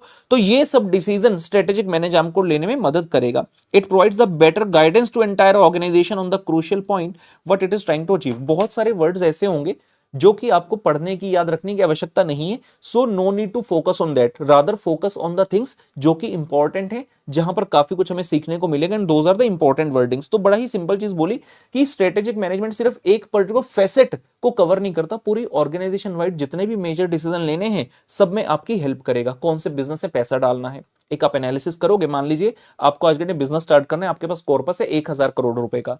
अब कौन सा बिजनेस स्टार्ट करेंगे? ऐसे ऐसे तो नहीं ना आप कहते हैं यार मेरे मन में नहीं यार है, चलो ये कर रहे हैं। अरे भाई पहले मार्केट का एनालिसिस तो कर ले, एक्सटर्नल एनवायरनमेंट क्या चल रहा है, इंटरनल एनवायरनमेंट, इन सब चीजों का एनालिसिस करो। हो सकता है जो बिजनेस तुम चाह रहे थे करना, उसको करने के लिए भी एनवायरनमेंट कंड्यूसिव नहीं है, पहले से इतने सारे ब्रांड घुसे पड़े हैं कि इतना टफ कंपटीशन है कि वहां पर प्रॉफिट मार्जिन्स बड़े कम हैं, और आप ऐसा बिजनेस नहीं करना चाहते तो आप चूज करो कौन सा बिजनेस करना है। एक बिजनेस के अंदर कई सारे टाइप के प्रोडक्ट होते हैं, आप सेगमेंट चूज करो अपनी। अब फोन है, 5000 से लेकर 1.5-2 लाख रुपए तक का फोन आता है, आप कौन से सेगमेंट को टारगेट करना चाहते हो, it is you who have to decide. अब कभी एप्पल कंपनी ने 10,000 रुपए का फोन निकाला है? 10,000 रुपए का फोन सोचो आज के डेट में वो 10,000 रुपए का फोन निकाल दे? नहीं, बिकॉज उनकी प्रायोरिटी क्लियर है कि हाँ हमें इस मेजर कस्टमर सेगमेंट को टारगेट करना है। तो स्ट्रेटेजिक मैनेजमेंट का प्रयोग करके सोचो कौन से बिजनेस में जाना है, कौन से प्रोडक्ट्स लाइंस में आने, कौन सी मार्केट्स में आने, मैन्युफैक्चरिंग फैसिलिटी कहां पर होनी चाहिए, सब चीजों का आपको जो है आंसर मिलेगा। Then it says prepares the organisation to face the future. क्या कहना चाहता है ये देखते हैं। It seeks to prepare the organisation to face the future and act as path finder to various business opportunity. हो सकता है आप एक डैश बिजनेस कर रहे हो, लेकिन उससे रिलेटेड एक बिजनेस अपॉर्चुनिटी है, तो आपको वो पहचान में आएगी। Organizations are able to identify the available opportunities and identify the ways and means to reach them as well. Swiggy, knock knock Swiggy, हाँ जी स्विगी को सब जानते हैं। स्विगी का प्लेटफॉर्म स्टार्ट हुआ, शुरू में तो जब भी कोई नई चीज आती है तो अक्सर उसका विरोध ही होता है। लोगों को लगता है हाँ, क्या कर पाएगा ये क्या कर पाएगा, इस चीज की तो जरूरत ही नहीं थी। स्विगी आया, जोमेटो स्विगी आए, इन्होंने क्या बोला कि भाई घर बैठे ऑर्डर करो, रेस्टोरेंट लिस्ट कर दिया ऐप पे, जो ऐड करना है ऐड टू कार्ट करो, पेमेंट करो। लोग कहते हैं ये क्या मन करेगा खाने का, बाहर ही नहीं जाके खाए आएंगे। और शुरू शुरू में तो घर का खाना खाएंगे, बाहर का खाना खाने से तो सेहत खराब होती है, बर्गर पिज्जे खाकर भला किसी का भला हुआ है क्या? लेकिन जीभ तो चटोरी है, जीभ तो चटोरी है। 2 दिन की फिलोसफी स्विगी को पता था भाई ऐसे निकल जाएगी। इंडिया में खाने का महत्व बहुत है, इंडिया में खाने का महत्व बहुत है भाई। हमारा तो देश ऐसा है, जब हम कहते हैं यार मन सा नहीं लग रहा, चलो यार कुछ अच्छा खाने का मंगा लेते हैं, मन ना अच्छा हो जाएगा। जब मन अच्छा है, आज बड़े खुश है, मान लो रिजल्ट आया है, आज मैं बड़ा खुश हूं, आज तो खुश हैं यार, आज घर का खाना थोड़ी खाएंगे, चलो पार्टी की जाए, फटाफट से ऑर्डर करते हैं। सो स्विगी जब आया उसका एक मेन टारगेट ये था कि भाई हमने घर बैठे खाना जो है डिलीवर कराना है। लेकिन बहुत सारे लोग अब भी ऐसे थे जो कि बाहर जाकर खाना खाना पसंद करते हैं। ऑब्वियस सी बात है, अब ऐसा नहीं कि स्विगी ने मार्केट को टारगेट नहीं किया, उन्होंने काफी सारी मार्केट को तो कैप्चर कर लिया, इतने सारे लोग तो खाना घर पर मंगाकर खाने लगे। लेकिन अभी वो कहते हैं ना बिजनेस अपॉर्चुनिटी है, स्विगी कहते हैं यार ये जो लोग बाहर जाकर खाना खा रहे हैं हम इनको कैसे रोकें। मतलब रोके नहीं, एक तरह से तो रोक सकते नहीं आप, ठीक है ना, आप किसी के ऊपर जोर जबरदस्ती तो कर नहीं सकते, आप अपनी तरह तरह की स्कीम्स डाल सकते हो। हमारी ऐप से खाना मंगाइए हम 10% ऑफ देंगे, दिवाली कोड यूज कीजिए हम 20% ऑफ देंगे, मैच चल रहे हैं क्रिकेट वर्ल्ड कप आ गया, इंडिया पाकिस्तान का मैच है 50% ऑफ देंगे जी, खाइए खाइए आप, हम बैठे हैं खिलाने के लिए। लेकिन फिर भी लोग कहते नहीं भाई हमें नहीं खाना, क्या कर रहे तू, हम तो बाहर जाके खाएंगे। स्विगी वाला कहता है क्या किया जाए, idea Swiggy dine out. Swiggy app में एक नया फीचर डाल दिया डाइन आउट। अब ये किस बला का नाम था, उन्होंने रेस्टोरेंट से टाई अप किया, कहते हम तुम्हारे यहां तक कस्टमर लाने में मदद करेंगे।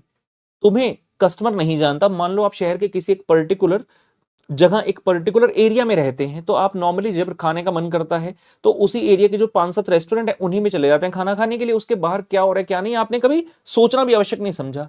स्विगी डाइनोट, स्विगी ऐप खोली, वहां पर डाइनोट के ऑप्शन पर जैसे ही क्लिक किया, वहां पे पूरे शहर भर के रेस्टोरेंट दिखाने लग गया, साथ में डिस्टेंस दिखाने लग गया कितना है। अब रेस्टोरेंट्स की पिक्स भी डाली हुई है, कुछ रेस्टोरेंट देखकर आपका मन कर गया, आइला ये तो बड़ा अच्छा रेस्टोरेंट है।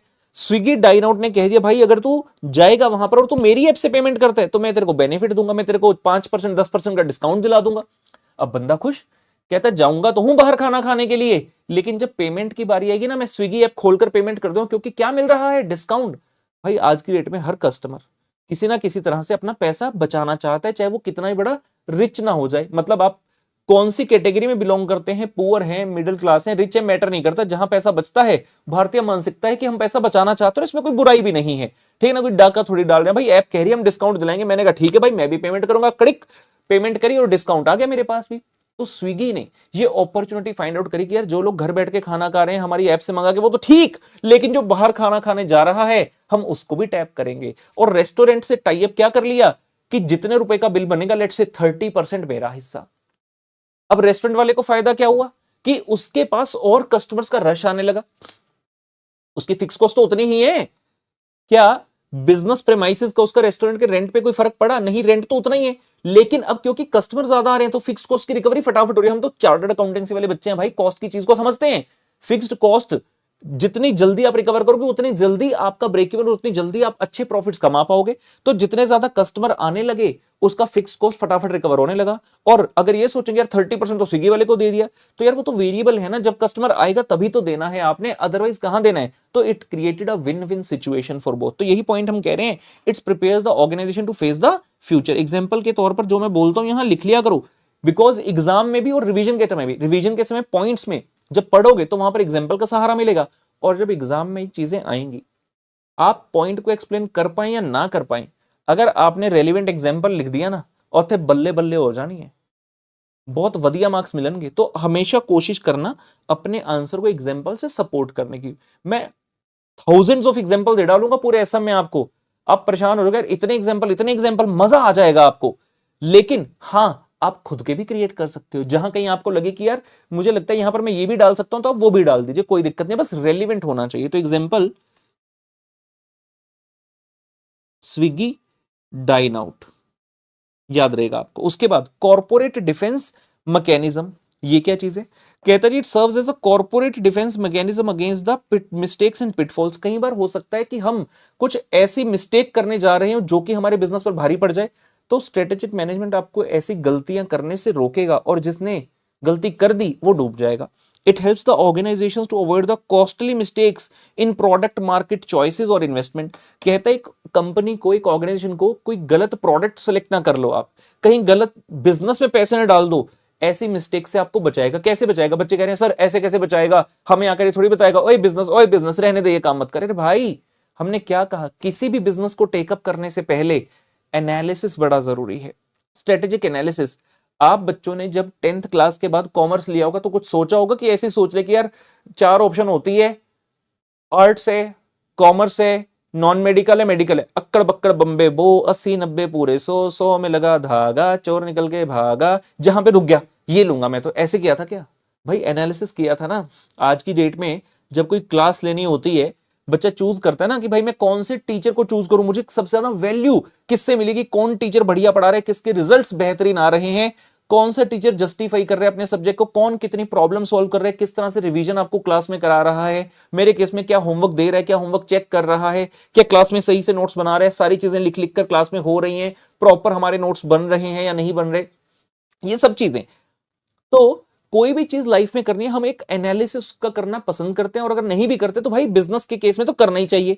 अगर आपको कल की डेट में आप कोई जॉब अपॉर्चुनिटी आती है या आपको प्रैक्टिस करनी है, कोई क्लाइंट आता है, तो आप एनालिसिस करोगे ना कि भाई मुझे कितने रुपए चार्ज करने हैं, इससे अगर कोई जॉब है तो मुझे क्या अपने शहर को छोड़कर जाना है। अगर मैं अपने शहर लेट से, आप सोचो कि आप चंडीगढ़ से और आपको बेंगलोर में जॉब मिली, तो आप सोचोगे ना कि यार इतना पैकेज जो मुझे मिल रहा है बेंगलोर में, क्या मेरा खर्चा चल पाएगा, मुझे किस एरिया में रहना होगा, वहां से मेरा डिस्टेंस कितना होगा, तरह तरह के एनालिसिस आप करोगे to understand whether you want to take up that particular job और नॉट, या फिर आपको चंडीगढ़ में ही रहकर जॉब लेनी है या फिर अपना प्रैक्टिस चंडीगढ़ में करना है।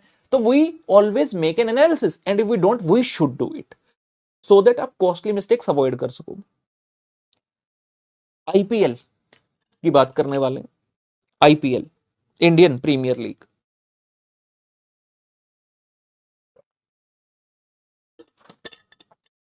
नया नया स्टार्ट हुआ था, जब नया नया स्टार्ट हुआ था उस समय पर आईपीएल को अय्याशी का अड्डा बोला जाता था। उसमें नहीं जाएंगे, खैर अय्याशी का अड्डा क्यों बोला जाता था। सबको ऐश कराने वाला बंदा था जी इंडिया में, एक बड़ी ऐश कराता था, नाम था अंकल का विजय माल्या। विजय माल्या नाम था। कई सारी एयरलाइंस इंडिया में ऑपरेट करती थी, उनकी एक एयरलाइन थी जिसका नाम था किंगफिशर। उला ला ले उला ला ला ला ले, सुना होगा आपने। तो जो ये है ये किंगफिशर का ही है। तो Kingfisher normally beverage industry, beers etcetera में था, ब्रूअरी में। किंगफिशर एयरलाइंस भी आ गई। उस समय मैं नया नया चार्टर्ड अकाउंटेंट बना था, तो कई सारे ऑडिट्स पर जाना होता था, तो हम भी किंगफिशर की एयरलाइन लेते थे। मजा आ जाता था। इतने ब्यूटीफुल एयरक्राफ्ट, लेग स्पेसिंग, खाने पीने की मौज, और जो इंटरनेशनल फ्लाइट्स में होते हैं अक्सर इंफोटेनमेंट का सिस्टम पूरा होता था। कोई मूवी देखने कुछ करना है, और ये स्टैंडर्ड था, ऐसा नहीं इसके लिए आपको एक्स्ट्रा पैसे देने से। आज की डेट में तो बिजनेस क्लास के लिए अलग पैसे, प्रीमियम इकोनॉमी के लिए अलग पैसे, इकोनॉमी के लिए अलग पैसे, उसमें ऐसा नहीं था। सबको एक समान माना जाता, सबको एक जैसी फीचर्स दी जाती थी। अब मैं आईपीएल की बात यहां पर क्यों टच अपॉन करी, 2 महीने तक ऑलमोस्ट आईपीएल का शेड्यूल चलता है, तो जब मेरे कई बार ऑडिट्स होते थे तो आईपीएल के समय पर भी हमारा आना जाना होता था। मैं बात कर रहा हूं 2008 से 2010 के बीच की। उस समय केकेआर की, कोलकाता नाइट राइडर्स की टीम भी बनी थी, तो मैं बात कर रहा था आईपीएल की। उस समय आईपीएल भी चल रहा था और नई नई टीम बनी थी कोलकाता नाइट राइडर्स। तो मेरा एक ऑडिट के लिए मैं ट्रेवल कर रहा था, तो कोलकाता नाइट राइडर्स की टीम भी हमारे उसी प्लेन में थी। मेरे साथ वाली सीट पर कौन बैठे थे? Chris Gayle. जी हाँ, मेरी उस समय फोटो भी मैंने क्लिक की थी, पता नहीं फोटो अब कहाँ गई, होती तो मैं जरूर दिखाता। तो क्रिस गेल थे उसी फ्लाइट में, सौरव गांगुली भी थे, और जितने भी कोलकाता नाइट राइडर के जो भी टीम थी और जो भी उनका सपोर्ट स्टाफ था, वो सभी उस एयरलाइन में बैठे थे। जस्ट एग्जांपल रिलेट करा रहा हूं आपको किंगफिशर से। आज की डेट में जानते हो किंगफिशर नाम की कोई एयरलाइन है? नहीं है कोई किंगफिशर नाम की airline. It was the thing of that time. इतनी ऐश कराता था वो बंदा कि उसे ये पता ही नहीं चला कि कब उसके रेवेन्यूज कम पड़ गए, उसका सेल्स रेवेन्यू कम पड़ गया, और उसने जो खर्चे अपने फार एक्सीड कर लिए, कि एक टाइम आया कि वो एयरलाइन ही बंद हो गई। Otherwise it use to be one of the best airline. तो ये पॉइंट यही तो सिखा रहा है, कॉर्पोरेट डिफेंस मैकेनिज्म। ये पॉइंट कह रहे भाई कि तुम अगर ध्यान से नहीं चलोगे, प्रॉपर एनालिसिस नहीं करोगे, तो तुम ऐसी ऐसी मिस्टेक्स करोगे जो कि तुम्हें बहुत घातक साबित हो सकते हैं, और यही हुआ। एग्जाम्पल लिख लेंगे, Kingfisher airline. Example Kingfisher airlines. Next आ रहा है जी, एनहांसेस द लॉन्गेविटी या लॉन्जेविटी, दोनों में से कुछ ही बोल दीजिए, दोनों वर्ड चलेंगे। Enhances the longevity of business, एक बिजनेस की उम्र लंबी करता है। आइए देखते हैं। Strategic management helps to enhance the longevity of the business with the state of competition and the dynamic environment. It may be challenging for organization to survive in the long run. बिल्कुल सही बात कही है कि इतना ज्यादा competition है, environment dynamic है, तो हो सकता है काफी मुश्किलों का सामना करना पड़े लॉन्ग रन में चलने के लिए, और हो सकता है कि आप बीच में ही हार जाओ और आपका बिजनेस बंद हो जाए।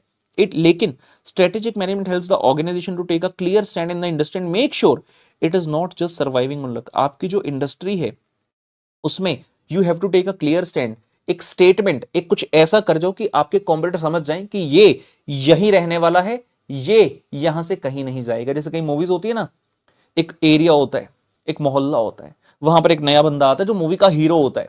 स्टार्टिंग में उसको खदेड़ने की काफी कोशिश की जाती है, फिर वो कुछ ऐसा करता है, किसी ऐसे डॉन को मार देता है, पिटाई कर देता है, सबको समझ आ जाता है कि he has come to stay over here, he has come to rule over here. वो वाली बात कर रहे हैं। कहते actions over expectations is what strategic management ensures. Expectation तो सभी करते हैं, मैं ये कर लूंगा वो कर लूंगा, लेकिन एक्शन लेना rather than just doing the expectation part, वो है जो स्ट्रेटेजिक मैनेजमेंट करते हैं, जिसके नाम का बिजनेस बढ़ता है। आज की डेट में जब भी हम बिस्किट की बात करते हैं, हमेशा पार्ले जी का नाम जरूर आता है, क्योंकि पार्ले जी ने अपना एक ऐसा नाम कमा लिया। आज की डेट में भी चाहे आप कहो सर हम तो नहीं खाते सर, जहां भी जाओगे इंडिया की इतनी सारी पॉपुलेशन आज की डेट में भी गांव में ही रहती है, और वहां पर सबसे पॉपुलर बिस्किट एक ही होता है जी, पार्ले जी का बिस्किट। स्कूटर की बात करते हैं, इमीडिएटली माइंड में आता है बजाज स्कूटर की बात हो रही है। जब भी बात करते हैं किसी चीज को चिपकाने की, आज की डेट में आपको क्या याद आता है? फेविकॉल। क्या आपने कभी फेविकॉल का कोई कॉम्पिटिटर देखा अच्छे से? नहीं, ऐसा नहीं है कि है नहीं, लेकिन फेविकॉल ने अपना ब्रांड इतना स्ट्रांग कर लिया, उस बिजनेस की लाइफ इतनी लंबी है, जब से उसने स्टार्ट किया तब से चलता आ रहा है और चलता ही रहेगा, क्योंकि उसने अपने ब्रांड को पोजीशन किया है। उसने कुछ ऐसा करके दिखाया है जो कि उसके कॉम्पिटिटर नहीं कर पाए आज की डेट। या फिर बिस्लरी, इतने सारे ब्रांड्स आगे पीने के पानी के, जैसे टीवी में ऐड आती है रेगिस्तान दिखाते हैं, ऊंट दिखाते हैं, माइंड में आइडिया आ जाता है ऐड बिस्लरी की ही होगी। और फेविकोल, ये दो बड़े स्ट्रॉन्ग ब्रांड है। तो ये कह रहे हैं कि भाई आपको अपने बिजनेस की लॉन्जेविटी बढ़ानी है तो आपको कंपटीशन में रहकर कुछ ऐसा करना होगा कि आप अपने कॉम्पिटिटर से आगे निकल जाएं। एंटरटेनमेंट इंडस्ट्री की बात करूं तो कई सारे चैनल्स हैं एंटरटेनमेंट के नाम पर। स्टार प्लस है, जी टीवी है, सब टीवी है, सोनी टीवी है। लेकिन सोनी टीवी अपने आप को काफी अलग पोजीशन करता है। रीजन, सोनी टीवी अपनी लाइफ बढ़ाने के लिए और अपना कस्टमर अपने तक इंटेक्ट रखने के लिए गिने चुने शोज होते हैं as compare to other TV channels. लेकिन Kapil Sharma show, Indian Idol, Kaun Banega करोड़पति, देवियों और सज्जनों, भाई ऐसे ऐसे शोज ने रख रखे हैं कि उसका कस्टमर टस से मस नहीं हो सकता।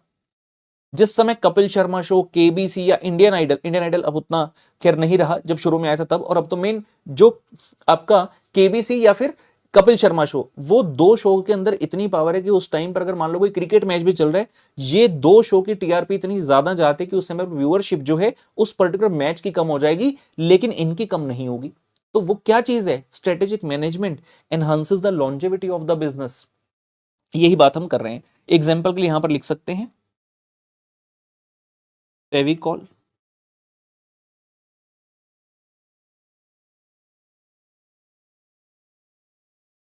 Bisleri, Sony TV etcetera. Next आ रहा है core competencies and competitive advantage. तो strategic management helps the organisation to develop the core competencies and competitive advantage, जिसकी वजह से आप फाइट कर पाओगे अपने सर्वाइवल और ग्रोथ के लिए। सर कोर कॉम्पिटेंसी क्या होता है, कॉम्पिटिटिव एडवांटेज क्या होता है? कॉम्पिटिटिव एडवांटेज थोड़ी देर पहले हमने देखा कि ऐसा एडवांटेज जो कि यूनिक है, जो कि सिर्फ आपके पास है, कॉम्पिटिटर के पास नहीं है भाई, सिर्फ मेरे पास है, मेरे कॉम्पिटिटर के पास नहीं है, वो तो हो गया कॉम्पिटिटिव एडवांटेज। और मैंने कहा बहुत डिटेल में हम आगे जाकर इसे पढ़ेंगे चैप्टर नंबर 3 में प्रोबेबली। और उसके बाद एक और टर्म आई यहां पर कोर कॉम्पिटेंसी। अभी सिर्फ समझ लो कि कोर कॉम्पिटेंसी नाम की चीज होती है, लेकिन होती क्या है ये फिर डिटेल में आएगा। Basically it's a combination of various things like technology, आपकी स्किल्स, आपका एक्सपीरियंस, उन सब चीजों को मिलाकर एक कॉम्पिटेंस ऐसी बनती है मेरे पास जो कि सिर्फ और सिर्फ मेरी है, जिसके कारण मैं अपने आप को मार्केट में अच्छे से पोजीशन कर पाता हूं और कस्टमर को इजीली अट्रैक्ट कर पाता हूं। और जो मेरे पुराने कस्टमर है वो मेरे साथ ही अटैच रहते हैं। तो स्ट्रेटेजिक मैनेजमेंट के ये 7 पॉइंट्स हैं जो कि इसकी इंपॉर्टेंस और बेनिफिट्स को बयां करते हैं। सबसे पहला हमने कहा defines the goals and mission. हमने कहा ऑर्गेनाइजेशन को प्रोएक्टिव रहने में मदद करता है। It provides the framework for major decision. Organization को फ्यूचर फेस करने के लिए प्रिपेयर करता है। कॉर्पोरेट डिफेंस मैकेनिज्म है कि आप गलत मिस्टेक्स ना करें। Enhances the longevity of the business. और core competence of competitive advantage, ये दोनों चीजें पैदा करता है आप में, so that in the dynamic environment आप अपने आप को सर्वाइव करवा पाओ एंड इवन सक्सेसफुल भी बना पाओ। तो ये सारे पॉइंट रहेंगे हमारे इंपॉर्टेंस के। उसके बाद आते हैं जी लिमिटेशंस। जैसे कि हर सिक्के के दो पहलू हैं, कहते हैं इंपॉर्टेंस तो है लेकिन कुछ लिमिटेशंस भी हैं, कुछ डीमेरिट्स भी हैं, डिसएडवांटेजेस भी हैं। देखते हैं। The presence of strategic management can not counter all the hindrances and always achieve success. There are limitations also attached to the strategic management. कुछ लिमिटेशंस भी हैं। Number 1, complex and turbulent environment. कहते हैं जी जो एनवायरनमेंट है highly complex and turbulent है, बिल्कुल हम समझते हैं। It is difficult to understand the complex environment and exactly pin point how it will shape the future. आज की डेट में इतनी सारी इंफॉर्मेशन है, इतने सारे चेंजेस हो रहे हैं, क्या हर एक चेंज की तरफ ध्यान देने की जरूरत है? आंसर है नहीं। कुछ चेंजेस नेगेटिव नेचर के भी होते हैं, कुछ चेंजेस नेगेटिव टाइप के भी होते हैं। आके में लग रहा है अच्छा ये चीज आई है मार्केट में, भाई इसका फ्यूचर बड़ा स्ट्रांग है, पता चलता है कुछ समय के बाद गलत चीज थी, उसको लोगों ने अपनाया ही नहीं। तो बड़ा कॉम्प्लेक्स एनवायरनमेंट है। You will have to understand कि कौन सी चीज को करके आपको बेनिफिट मिलेगा और किस चीज के कारण आपको नुकसान हो सकता है।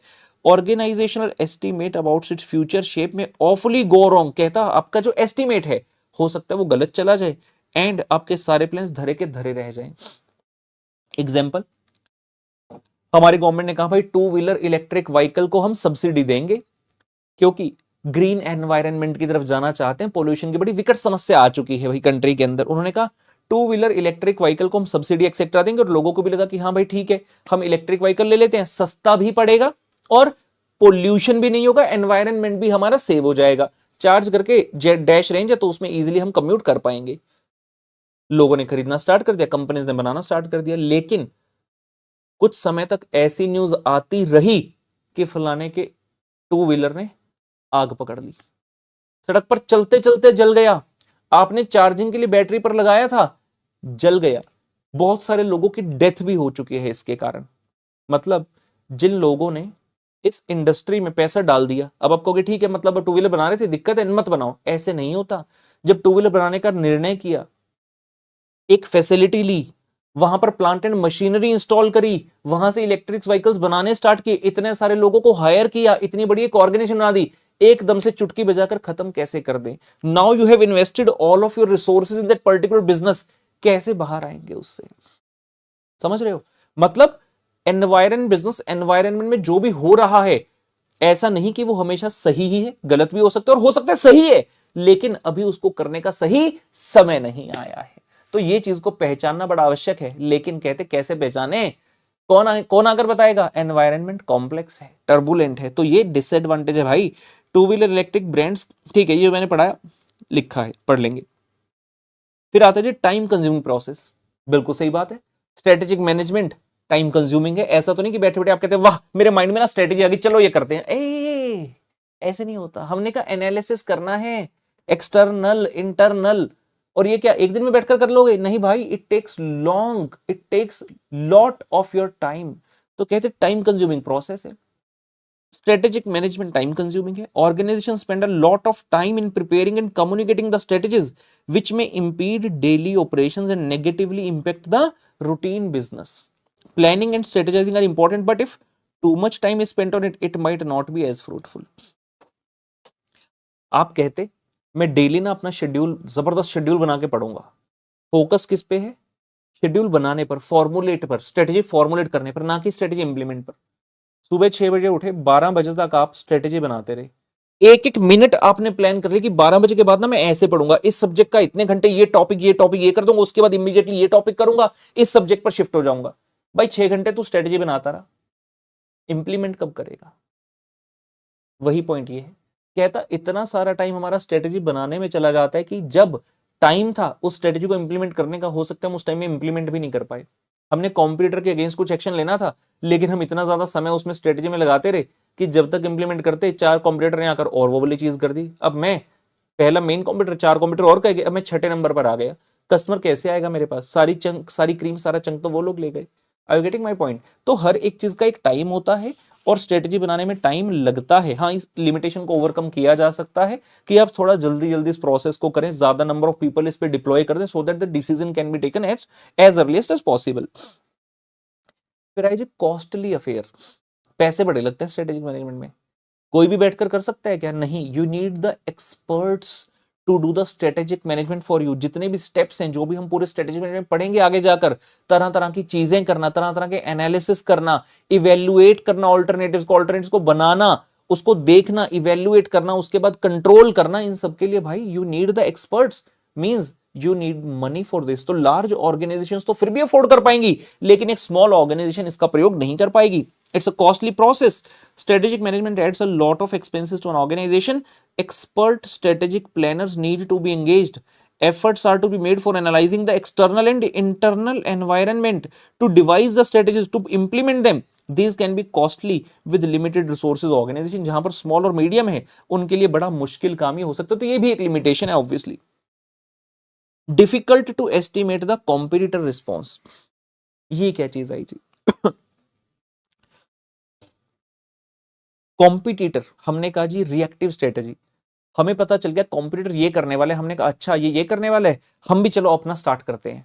बैक डोर पर हमने भी अपना स्टार्ट कर दिया और हमने सोचा कि जब ये वाला कॉम्पिटिटर अपना मार्केट में उतारेगा प्रोडक्ट, तब हम भी immediately with in less time अपना प्रोडक्ट मार्केट में उतार देंगे, क्योंकि हमने अभी से अपनी तैयारी स्टार्ट कर दी। मैंने एग्जाम्पल कल दिखाया, फोर्ड एंड्योवर 2003 में इंडिया में आ गई, लेकिन टोयोटा कंपनी फॉर्च्यूनर गाड़ी ला पाई 6 साल बाद 2009 में। सवाल उठता है भाई इतना टाइम क्यों लग गया? फोर्ड एंड्योवर मार्केट में लॉन्च हो चुकी है, उसके बाद आपके माइंड में आइडिया, अरे भाई ये गाड़ी अपने को बनानी है, क्या रातों रात बना दोगे? कि नहीं, it will take a lot of time first of all to study कि भाई ये क्या चीज है, किस तरह से गाड़ी बने। रिवर्स इंजीनियरिंग आपको करना पड़ेगा, टेक्नोलॉजी का ब्रेकडाउन करना पड़ेगा। और उसने गाड़ी उतारी, ये थोड़ी इमीडिएटली, आप पहले 2 महीने, 6 महीने, 1 साल रुककर देखोगे कि क्या जो इमीडिएट डिमांड आई वो बबल थी या एक्चुअल में वो डिमांड रहने वाली है। 1 साल देखा, आपको पता चल गया कि ठीक है ये प्रोडक्ट बढ़िया, इसकी डिमांड है, चलो हम भी स्टार्ट करते हैं इसके बारे में सोचना। आप एक फैसिलिटी सेटअप करोगे, प्लांट एंड मशीनरी लगाओगे,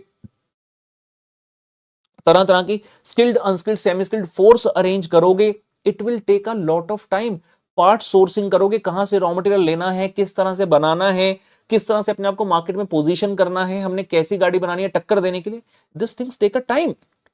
यही चीज हम कह रहे हैं कि भाई कॉम्पिटिटर की रिस्पॉन्सिबिलिटी, मैंने पहले एग्जांपल क्या दिया, हमें पता चल गया कि कॉम्पिटिटर ये करने वाला है तो चलो हम कर लेते हैं साथ साथ, लेकिन ये किस किस केस में ही पता चल पाता है कि कॉम्पिटिटर ये करने वाला है।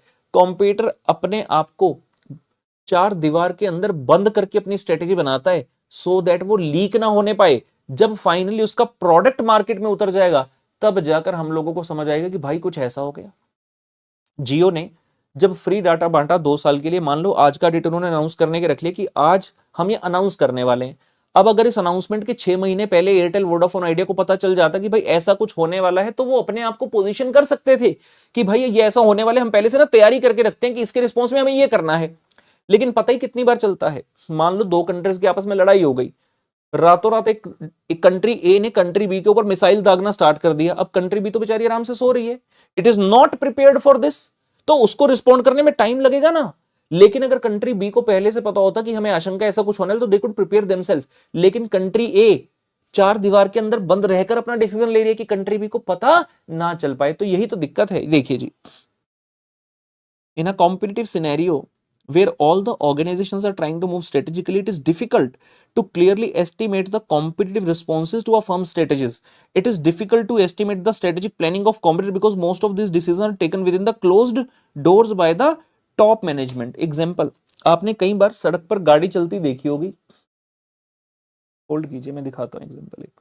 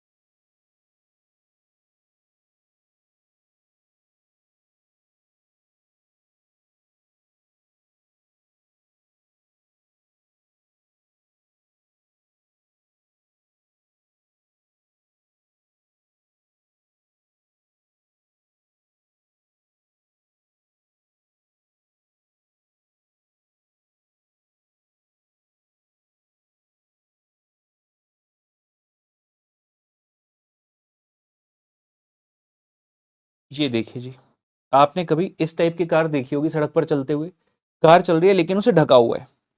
कभी इस टाइप की कार भी देखी होगी, इस तरह से ना कवर करे रहते हैं। हालांकि इंडिया में मेनली आपने इसी टाइप का देखा होगा, जब कार चलती है ना ऑन रोड, उसको इस तरह ढका होता है। इसमें तो फिर भी इसके जो अ, ये विंडोज हैं ये विजिबल है, अदरवाइज इस तरह की कार होती है पूरी ढकी होती है। क्या चीज है, मतलब कंप्यूटर अपनी एक गाड़ी लेकर आ रहा है लेकिन उसका डिजाइन ना छुपा कर रखा हुआ है। रीजन क्या है ऐसा करने का, कहीं हमारे इस डिजाइन को देखकर हमारा कॉम्पिटिटर सिमिलर टाइप की कार बनाकर मार्केट में ना उतार दे।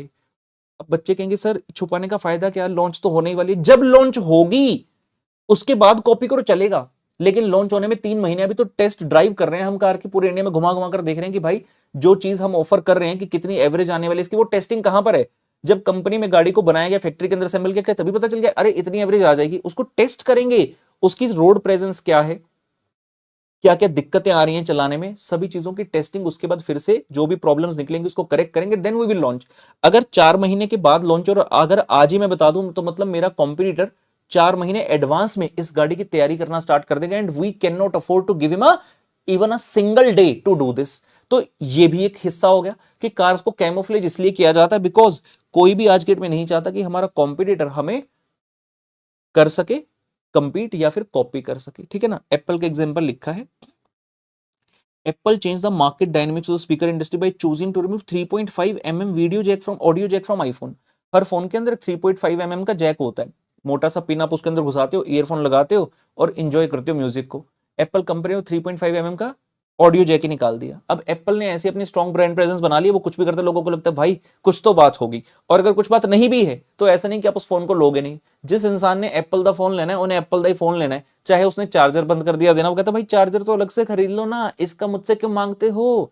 समझ रहे हो, 3.5 mm का जैक निकाल दिया। अब 3.5 mm का जैक निकाल दिया, अब ऐसा करने से क्या हुआ, to be relevant in the market, all major speaker brands had to put the efforts to develop their own true wireless speaker and compete with the new entrants।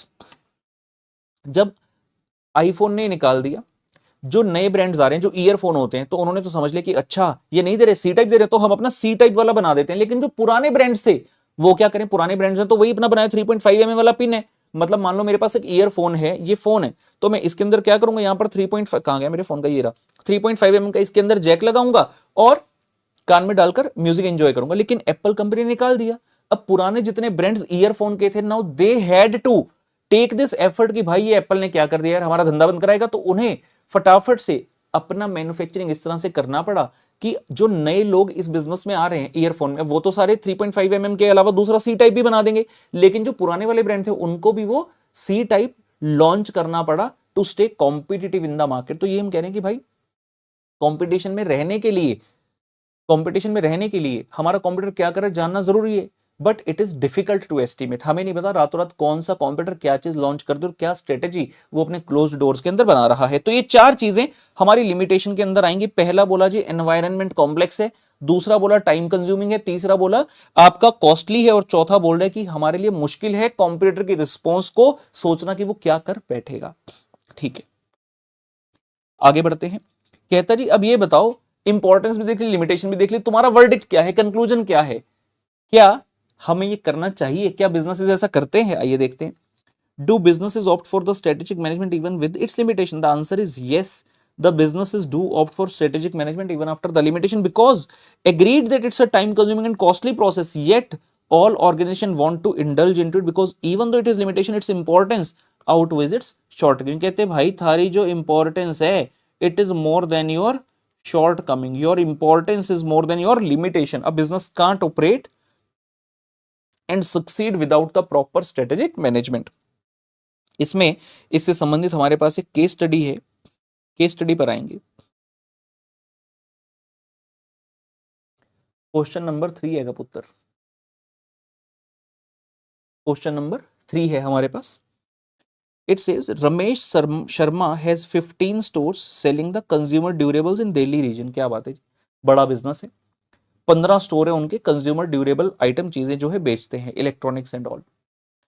4 of these stores were opened in last 3 years। He believes in managing strategically and enjoyed significant sales of refrigerator, TVs, washing machines, ACs and like till 4 years back। पिछले 4 साल पहले तक तो बड़ा जबरदस्त business चल रहा था, but with shift to the purchases to online stores, online stores भी आ गए मार्केट में।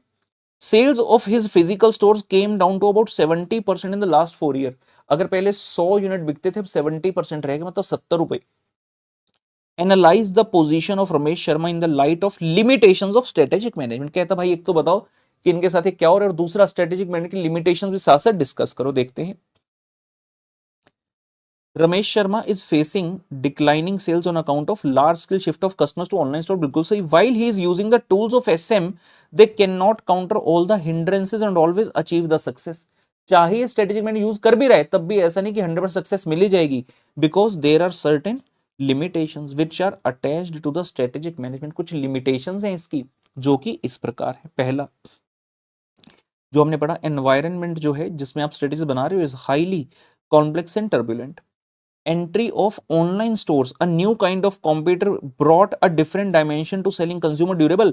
Online stores with their size power could control the market and offer the stiff competition to traditional stores। आज की date में मान लो आपको ना एक एसी खरीदना है, 30-35 हजार रुपए के आसपास आ जाता है एक ठीक ठाक एसी। तो आप चले गए आपके घर के पास जो शॉप है खरीदने के लिए, आपने पूछा कितने का, कहते हैं 33,000 का है। आप इमीडिएटली पता क्या करोगे, आप कहोगे भैया मॉडल नंबर क्या है, फोन सबके पास है, फटाफट से आप या तो गूगल पर डालोगे या अमेजोन पर डालकर चेक करोगे। सेम प्रोडक्ट आपको दिख रहा है 29,000 का। आप कहते भैया 29,000 में देना है क्या, वो कहते नहीं जी 29 में नहीं दे पाएंगे, 33 है, लास्ट टू लास्ट 32,500 लगा देंगे। आप कहते ठीक है भैया, आप वहां से निकल गए, आपने ऑनलाइन ऑर्डर कर दिया, आपके घर आ गया ऑनलाइन ऑर्डर, असेंबली करने वाला भी आ गया, इंस्टॉल करके चला गया, बढ़िया हो गया। सवाल उठा ऐसा क्यों है? पहली बात तो ये तो मैंने एग्जांपल दिया जहां पर आपके पास टाइम था, आप स्टोर तक पहुंच भी गए। लोग तो भाई स्टोर तक पहुंच ही नहीं रहे। ऑनलाइन प्रेजेंस इतनी जबरदस्त हो चुकी है ब्रांड्स की, the people are reluctant to go to the stores. आलसी रहना, आलसी बैठना सबको अच्छा लगता है। जब बिग बास्केट ने बोला, ब्लिंकिट ने बोला, भाई तू सब्जी खरीदने बाहर क्यों जा रहा है, मैं दे दूंगा ना तुझे। मैंने कहा सच में? कहते हाँ। मैंने कहा I love you, order 15 minute के बाद सब्जी घर में। मैंने कहा यस। लोगों को आलसी रहना बड़ा पसंद है। एक एक पॉइंट तो ये है, एक पहलू तो ये, टाइम इज मनी, मेरा समय कीमती है। अरे भाई, जिन लोगों के पास टाइम है ही है, फालतू का टाइम भी है, वो भी नहीं जा रहे सब्जी लेने मार्केट में, वो भी कह रहे हैं भाई ब्लिंकिट कर लेंगे, जेप्टो कर लेंगे, बिग बास्केट कर लेंगे। समझ रहे हो? तो ये तो फिर भी एक बड़ी चीज है। एसी खरीदना है, आप एसी खरीदने जाओगे, फिर वो बोलेगा भैया रेडी पे भेज देंगे, टेम्पो में भेज देंगे, 500 रुपए किराया लगेगा आपका। आप कहते हैं यार ये क्या बात कर रहे हैं, तो अमेजोन वालों तो फ्री में भेजता है। पॉइंट है ऐसा जबरदस्त कंपटीशन आ क्यों रहा है? आपने जब फिजिकल स्टोर ओपन किया एक पर्टिकुलर लोकेलिटी में, एक जगह आपने किराए पर ली, प्रॉपर्टी के रेट्स आए दिन बढ़ रहे हैं। आपके एक स्टोर का किराया 2-2.5 लाख रुपए का है। इलेक्ट्रॉनिक सामान रखा है तो एक बड़ा सा स्टोर होता है, 2-2.5 लाख तो मैंने यूं ही बड़ा कम अमाउंट बोला, फिर भी ठीक है। 2-2.5 लाख रुपए आपका पर मंथ का रेंट है, साल का 25 लाख रुपए हो गया। इतने सारे इंप्लॉइज आपने रखे हुए हैं डेमो दिखाने के लिए। हर लेट्स से वॉशिंग मशीन की जो डिवीजन है 4 इंप्लॉय वहां पर रखे, रेफ्रिजरेटर के लिए 4 इंप्लॉइज रखे हुए, इतना सारा स्टॉक है रखा हुआ है। तो आपके खर्चे हैं, you have got the overheads, आपका बिजली का बिल आ रहा है और 70 तरह के आपके खर्चे हैं। लेकिन जो ऑनलाइन वाला है उसने सिर्फ क्या बनाया हुआ है? एक स्टोर बनाया हुआ है। उस स्टोर के अंदर सामान पड़ा है जहां पर कोई भी आ नहीं सकता डेमो देखने के लिए। डेमो देखने भाई, हमारी ऐप खोल, वहीं पे जो दिख रहा है वही डेमो है। और लोग क्या करते हैं, यार डेमो में मजा नहीं आया, फिजिकल स्टोर में अगर हद से जाते हैं डेमो देखने जाते हैं और वापस आते हैं घर, ऑनलाइन ऑर्डर कर देते हैं। जिसकी वजह से आज की डेट में जो फिजिकल स्टोर्स हैं दे हैव बीन क्रिपल्ड, उन पर कंपटीशन का बहुत ज्यादा असर पड़ चुका है। और वही रमेश शर्मा जी के साथ हो रहा है। तो यही कह रहे हैं कि भाई ऑनलाइन स्टोर के कारण एक नया टाइप का कॉम्पिटिटर मार्केट में आ चुका है, जो कि बहुत जबरदस्त कंपटीशन आपको दे रहा है। Another limitation of strategic management is that it is difficult to predict how the things will shape up in the future। ये नहीं पता फ्यूचर में क्या हो, फ्यूचर में क्या होने वाला है। अगर हम एक भी गलत स्टेप ले लें और वो रॉन्ग हो गया हमारा, तो पूरी की पूरी ऑर्गेनाइजेशन खत्म होने में समय नहीं लगता। Ramesh Sharma although managing strategically failed to see how the online stores will impact the sales. उसको चाहे कुछ समय से लग रहा है कि ऑनलाइन स्टोर आने से धीरे धीरे मेरी सेल कम हो रही है, आज 70% है, लेकिन 3 साल पहले 70 थोड़ी हुई, 100 से एकदम 70 थोड़ी, 100 से 95, 90, 80, धीरे धीरे 70 तक पहुंचे हो। लेकिन क्योंकि डायनेमिक एनवायरनमेंट, आपको ये नहीं पता फ्यूचर में कैसा हो जाए, तो आप स्ट्रेटेजिकली सोच ही नहीं पा रहे आपको स्टेप क्या लेने हैं। Although strategic management is a time consuming process, he should continue to manage strategically. Challenging times require more efforts on his part। साथ साथ छोटा छोटा सोल्यूशन भी दिया गया, कहते भाई टाइम कंज्यूमिंग प्रोसेस है, लेकिन फिर भी अब तेरे पास कोई रास्ता नहीं है। अगर तुझे अपने बिजनेस को जितना है उतना मेंटेन करना है या फिर और बढ़ाना है, तुझे टाइम तो देना पड़ेगा। चैलेंजिंग टाइम है, बट तुम्हें धैर्य बनाकर चलना होगा। स्ट्रेटेजिक मैनेजमेंट कॉस्टली है। Ramesh Sharma may consider engaging the experts to find out the preferences of the customers to attune his strategies to better serve them in a customized manner. The customized offerings may be difficult to match by the online stores। कहते रमेश शर्मा को यह समझना होगा कि strategic management costly है, लेकिन costly होने के बावजूद भी अगर सक्सेसफुल हो गई तो परिणाम आपकी फेवर में आ सकते हैं, और जो बिजनेस शेयर हमने खोया है हम उसको वापस से पा सकते हैं। तो ये पॉइंट क्या कह रहा है कि एंगेज कर एक्सपर्ट को, उनको बोल कि भाई ये दिक्कत आ रही है, वो आपको सुझाव देंगे। For example in terms of customer preference, आप पहले ये जानने की कोशिश करो कि कस्टमर आपके पास आ क्यों नहीं रहा, जा क्यों रहा है। कस्टमर ऑनलाइन पर जा क्यों रहा है, you will have to first understand this. अगर ये समझ में आ गया कि ये इसलिए जा रहे, तो वो जो इसलिए है ना, वो तुम खुद ऑफर कर दो, इसको तुम खुद ऑफर कर दो जिसकी वजह से तुम अपने कस्टमर को रोक सको। फिर एक चीज आती है कस्टमाइजेशन। कस्टमाइज्ड ऑफरिंग ऑनलाइन वाले के लिए कहते हैं बड़ा मुश्किल है कस्टमाइज्ड ऑफरिंग करना, लेकिन तुम कस्टमाइज्ड ऑफरिंग दे सकते हो। जैसे कि अगर सब्जी वालों में बात करूं, जैसे हम big basket, Blinkit, Zepto etcetera की बात करते हैं, जब आप सब्जी खरीदने के लिए फिजिकली जाते हैं, मम्मी हमेशा क्या बोलते हैं, भैया थोड़ा धनिया डाल दे, भैया 2 नींबू डाल दे, भैया तो हरी मिर्ची डाल दे, और ये फ्री की चीज होती है बेसिकली। धनिया और हरी मिर्ची पर तो हक जो है माना गया है, बस शास्त्रों में नहीं लिखा, नहीं तो लेडीज तो कहती है भाई शास्त्रों के द्वारा हमारा अधिकार माना गया है इस पर, ये तो मना नहीं कर सकता। ऑनलाइन में जब ब्लिंकिट से ऑर्डर कर रहे हो वहां पर नोट्स में डाल सकते हो थोड़ा धनिया और 2 हरी मिर्ची डाल देना जरा, नहीं, वहां पर आपको हरी मिर्ची खरीदनी पड़ेगी, धनिया खरीदना पड़ेगा। लेकिन कस्टमाइज्ड ऑफरिंग के लिए आज की डेट में और हमेशा फिजिकल स्टोर्स ही आपके लिए बेस्ट रहेंगे। बिजनेस डायनेमिक्स इतने चेंज हो चुके हैं कि आपको अपने कॉम्पिटिटर से कंपीट करने के लिए एक स्टेप आगे जाकर काम करना पड़ेगा। मेरे मोहल्ले में केमिस्ट की शॉप है, मोनोपोली है, सिर्फ एक ही शॉप है, उसको कोई जरूरत नहीं है ऐसा करने की, लेकिन फिर भी जब से नेटमेट्स आया, 1mg आया, और भी कई सारे फार्मा इजी आया, और भी कई सारे ब्रांड्स आए दिन लॉन्च होते रहते हैं जो कहते हैं सेम इसी तरह का कॉन्सेप्ट है कि ऑनलाइन आप मेडिसिन ऑर्डर कीजिए, हम आपको घर पर लाकर देंगे, और 15 से 20% की मिनिमम सेविंग हो जाती है। अब एक तो वहां से ऑफ मिल गया, और दूसरा घर बैठे दवाई आ गई। फिर से वही बात कि भाई जाए कौन घर से, पर मन ही नहीं करता। तो केमिस्ट है, मोनोपोली है, लेकिन फिर भी वो घर पर मेडिसिन देकर जाता है, रात को भी देकर जाता है। अगर मैं ऑनलाइन ऑर्डर करूंगा, मुझे पता है भाई 4 दिन आने में लगेंगे, लेकिन अपने केमिस्ट को मैं एक व्हाट्सएप करता हूं कि भाई ये वाली चीज चाहिए, 2 घंटे के अंदर मैक्सिमम वो मेरे पास है, और अगर मुझे जल्दी भी चाहिए तो मैं उससे रिक्वेस्ट करता हूं, आधे घंटे के अंदर मेरे को घर पे मेडिसिन दे जाता है, और डिस्काउंट के लिए बोलता हूं तो डिस्काउंट भी दे देता है। Are you getting my point? तो हमें यह समझना पड़ेगा कि कस्टमर अगर डैश जगह पर जा रहा है तो क्यों जा रहा है, so that you can match up, you can read his mind and take the action accordingly कि अच्छा ये रीजन की वजह से जा रहा है, इस रीजन को मैं खत्म कर दूंगा, मैं ये चीज तुझे यहीं पर प्रोवाइड कर दूंगा। तो ऐसा ही कुछ रमेश शर्मा जी को भी सोचना होगा, और अगर खुद नहीं सोच सकते तो स्ट्रेटेजिस्ट को बिठा लो, थोड़ा पैसा खर्च करो, लेकिन उस पैसे को खर्चा मत मानो, treat it as your investment. Stores owned by, next point कह रहे हैं जी, stores owned by Ramesh Sharma are much smaller than the online stores. It is very difficult for him to visualize how online stores will be moving strategically. साथ में ये वाला point भी है, वो कह रहा है कि स्ट्रेटेजिकली आपको कैसे मूव करना है फ्यूचर में, ये भी नहीं पता चलेगा, क्योंकि आपका तो फिजिकल स्टोर है, लेकिन ऑनलाइन वाले जो है, आपका मान लो दिल्ली में है, आप सिर्फ कौन सी पॉपुलेशन को कैटर करोगे? क्या मुंबई वाला बंदा दिल्ली आएगा क्या इसी खरीदने के लिए या चंडीगढ़ वाला आएगा? सवाल ही नहीं उठता, दिल्ली का ही आएगा, और वो भी आपने 15 स्टोर क्यों खोले हैं? अगर आपका एक स्टोर करोल बाग में है तो वहां पर भाई जीके का बंदा नहीं आएगा, वहां पर राजौरी गार्डन का बंदा नहीं आएगा आपका, ठीक है ना? जितना मुझे पता है दिल्ली का उतना बोल रहा हूं, जो दिल्ली को माफ करना भाई अगर मैं कुछ गलत बोल दूं, लेकिन हाँ एग्जाम्पल के तौर पर ठीक है। आपने 15 स्टोर क्यों खोले?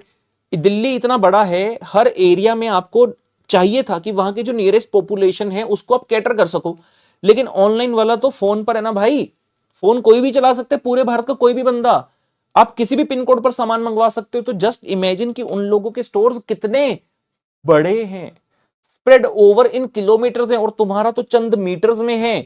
हमें नहीं पता कि वो स्ट्रेटेजिकली कैसे मूव करेंगे, तो ये भी एक चुनौती है हमारे सामने कि कैसे हमें मूव करना है। लेकिन फिर भी हम ये नहीं कह सकते कि स्ट्रेटेजिक मैनेजमेंट तुम्हारे किसी काम का नहीं है। स्ट्रेटेजिक मैनेजमेंट में चाहे कमियां हैं, लेकिन फिर भी अगर आप उसका सही तरीके से प्रयोग करोगे तो वो आपका एडवांटेज बनकर उभरेगी, और आपको हेल्प करेगी अपने खोए हुए बिजनेस को पाने में, और उस बिजनेस को आगे बढ़ाने के लिए भी। ठीक है ना गाइस? तो एक ये हमारा पॉइंट रहा, इसके साथ हमारा इंपॉर्टेंस एंड लिमिटेशंस का हेड जो है पुत्र आकर खत्म होता है। लिमिटेशंस एंड इंपॉर्टेंस का पॉइंट हमारा खत्म होता है। हमारे सामने जो नेक्स्ट कॉन्सेप्ट आता है वो है strategic intent, vision, mission, goals and objectives etcetera. ठीक है, फ्रेश टॉपिक है, मेरे ख्याल से इसको फ्रेश क्लास में ही पढ़ेंगे तो बेहतर रहेगा।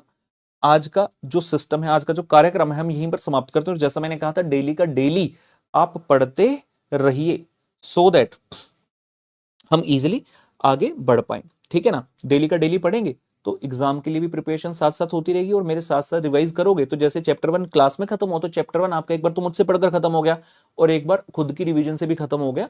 तो चैप्टर का एक जो बर्डन होता है ना, वो नहीं रहेगा, सब्जेक्ट का बर्डन अपने ऊपर नहीं हम आने देंगे। ठीक है ना? We have to make sure, पहले दिन से मैं यही कह रहा हूं कि भाई हमें जबरदस्त से जबरदस्त मार्क्स इस सब्जेक्ट के अंदर लेने हैं, and sky is the limit. कोई भी बायसनेस, प्रेजुडाइज माइंड में रखकर मत पढ़ना, अरे थ्योरी में तो नंबर आते नहीं, अरे मेरे नंबर इसमें कैसे आएंगे।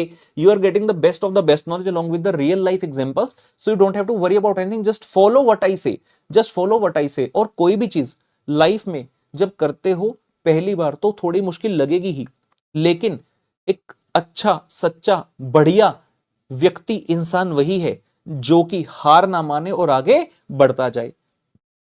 हम जब छोटे थे उस समय ABCD सीखना, 1 2 3 4 लिखना, क ख ग लिखना, वो भी एक चैलेंज था। याद है डॉटेड वर्ड्स होते थे, उनको मिलाना होता था, किस टाइम तो वो भी नहीं आता था लिखना हमें। So we don't have to be demotivated, discourage कि यार CA है, इतना मुश्किल है, कैसे होगा, ये वो सब कुछ हो जाएगा। प्रिजुडाइज माइंड में कोई नहीं रखना, and we have to think always positive. ये नहीं सोचना कि यार एग्जाम आएंगे, क्या मैं एक ग्रुप दूं या दो। मैंने तो सोचे थे कि मुझे 2 ग्रुप देने चाहिए, लेकिन कुछ सीनियर्स ने कह दिया कि यार एक ही ग्रुप दियो, 2 ग्रुप के चक्कर में एक भी चला जाता है। तो ऐसा कुछ नहीं सोचना, you just have to keep trust on your self, on your capabilities, कि आप उसे अचीव कर सकते हो या नहीं कर सकते। इतना सारा समय हमें एग्जाम से पहले मिलता है कि हम बड़े इजीली अपने सारे पेपर्स की तैयारी कर सकते हैं। मैं लाइव एग्जांपल आपके सामने बैठा हूं, मैंने ऐसा कोई अनोखा नहीं किया कि भगवान ने मुझे कुछ एक स्पेशल कोई मैजिक पावर देकर भेजी कि राहुल तू जिस एग्जाम में बैठेगा उसमें तू फर्स्ट रैंक में पास होगा, रैंक लेकर आएगा। It is up to you, how you see your self, how you position your self, किस तरह से तैयारी करते हो और किस तरह से अप्रोच करते हो अपने एग्जाम को। You just have to be careful, you have to be serious in your approach. आप एवं ही नहीं ले सकते। किसी ने पूछा भाई क्या कर रहे हैं, देख रहे हैं यार CA कर रहे हैं, इस बार हो गया तो ठीक, नहीं तो अगला तो है ही। अगर इस मेंटेलिटी के साथ कर रहे हो ना कि कोई बात नहीं इसमें देख लेता, नहीं हुआ तो अगला है ही है, तो कभी भी पहला अटेम्प्ट पास नहीं होगा। When you think in such a manner कि यार यही अटेम्प्ट है, मुझे कुछ भी करके इसी अटेम्प्ट में पास होना है, मतलब होना है, there is no second thought, तो आप अपनी पूरी एनर्जीज लगा पाओगे। You should always think that there is no plan B, there is no other option, there is only one plan and this one plan is to win it. हमें कुछ भी करके एग्जाम में जाना है, मेहनत पूरे तरीके से करनी है, स्ट्रेटेजिकली पढ़ाई करनी है, और एग्जाम में हर सब्जेक्ट के अंदर अच्छे मार्क्स लेकर आने। और इस तरह से कि मेरे जो भी ग्रुप है, अगर सिंगल है तो सिंगल, अदर प्रेफरेबली अगर आपके दोनों पढ़े हैं तो मैं हमेशा यही कहूंगा कि we should go for both the groups. तो हमें बोथ ग्रुप्स जो है पास करने, सो दैट हम नेक्स्ट स्टेप पर अपनी CA जर्नी के अंदर जा सके। तो हमेशा अपने स्पिरिट्स को हाई रखिए, पॉजिटिव सोचिए, नेगेटिव कभी मत सोचिए। और बच्चे कहते सर कॉन्फिडेंस नहीं आता, कॉन्फिडेंस सिर्फ एक चीज से आएगा, पढ़ने से। जितनी ज्यादा पढ़ाई करोगे ना उतना ही ज्यादा कॉन्फिडेंस फील करोगे कि yes I can do this, I am possible, impossible को I am possible, I will make it possible, I will clear my exam. जो मेरे ड्रीम्स हैं, जो मेरे एम हैं, मैं अपने एफर्ट से उनको पूरा करके दिखाऊंगा। But we have to work towards this. अगर यूं ही बैठे रहेंगे, अच्छे से तैयारी नहीं करेंगे, अच्छे से रिवीजन नहीं करेंगे, आधा आधा दिन वेस्ट कर देंगे, तो ये फिर हासिल नहीं हो पाएगा। We have to make a continuous effort, a dedicated effort towards the fulfillment of our aim, only then we will be successful। ठीक है ना भाई। तो मेरे साथ साथ अपनी पढ़ाई जारी रखिए और अपने रिवीजन एक्सेट्रा अच्छे से करते रहिए, and my best wishes are always with you. इसी के साथ मैं लेता हूं अलविदा, मुलाकात अगले सेशन में, तब तक के लिए बाय बाय।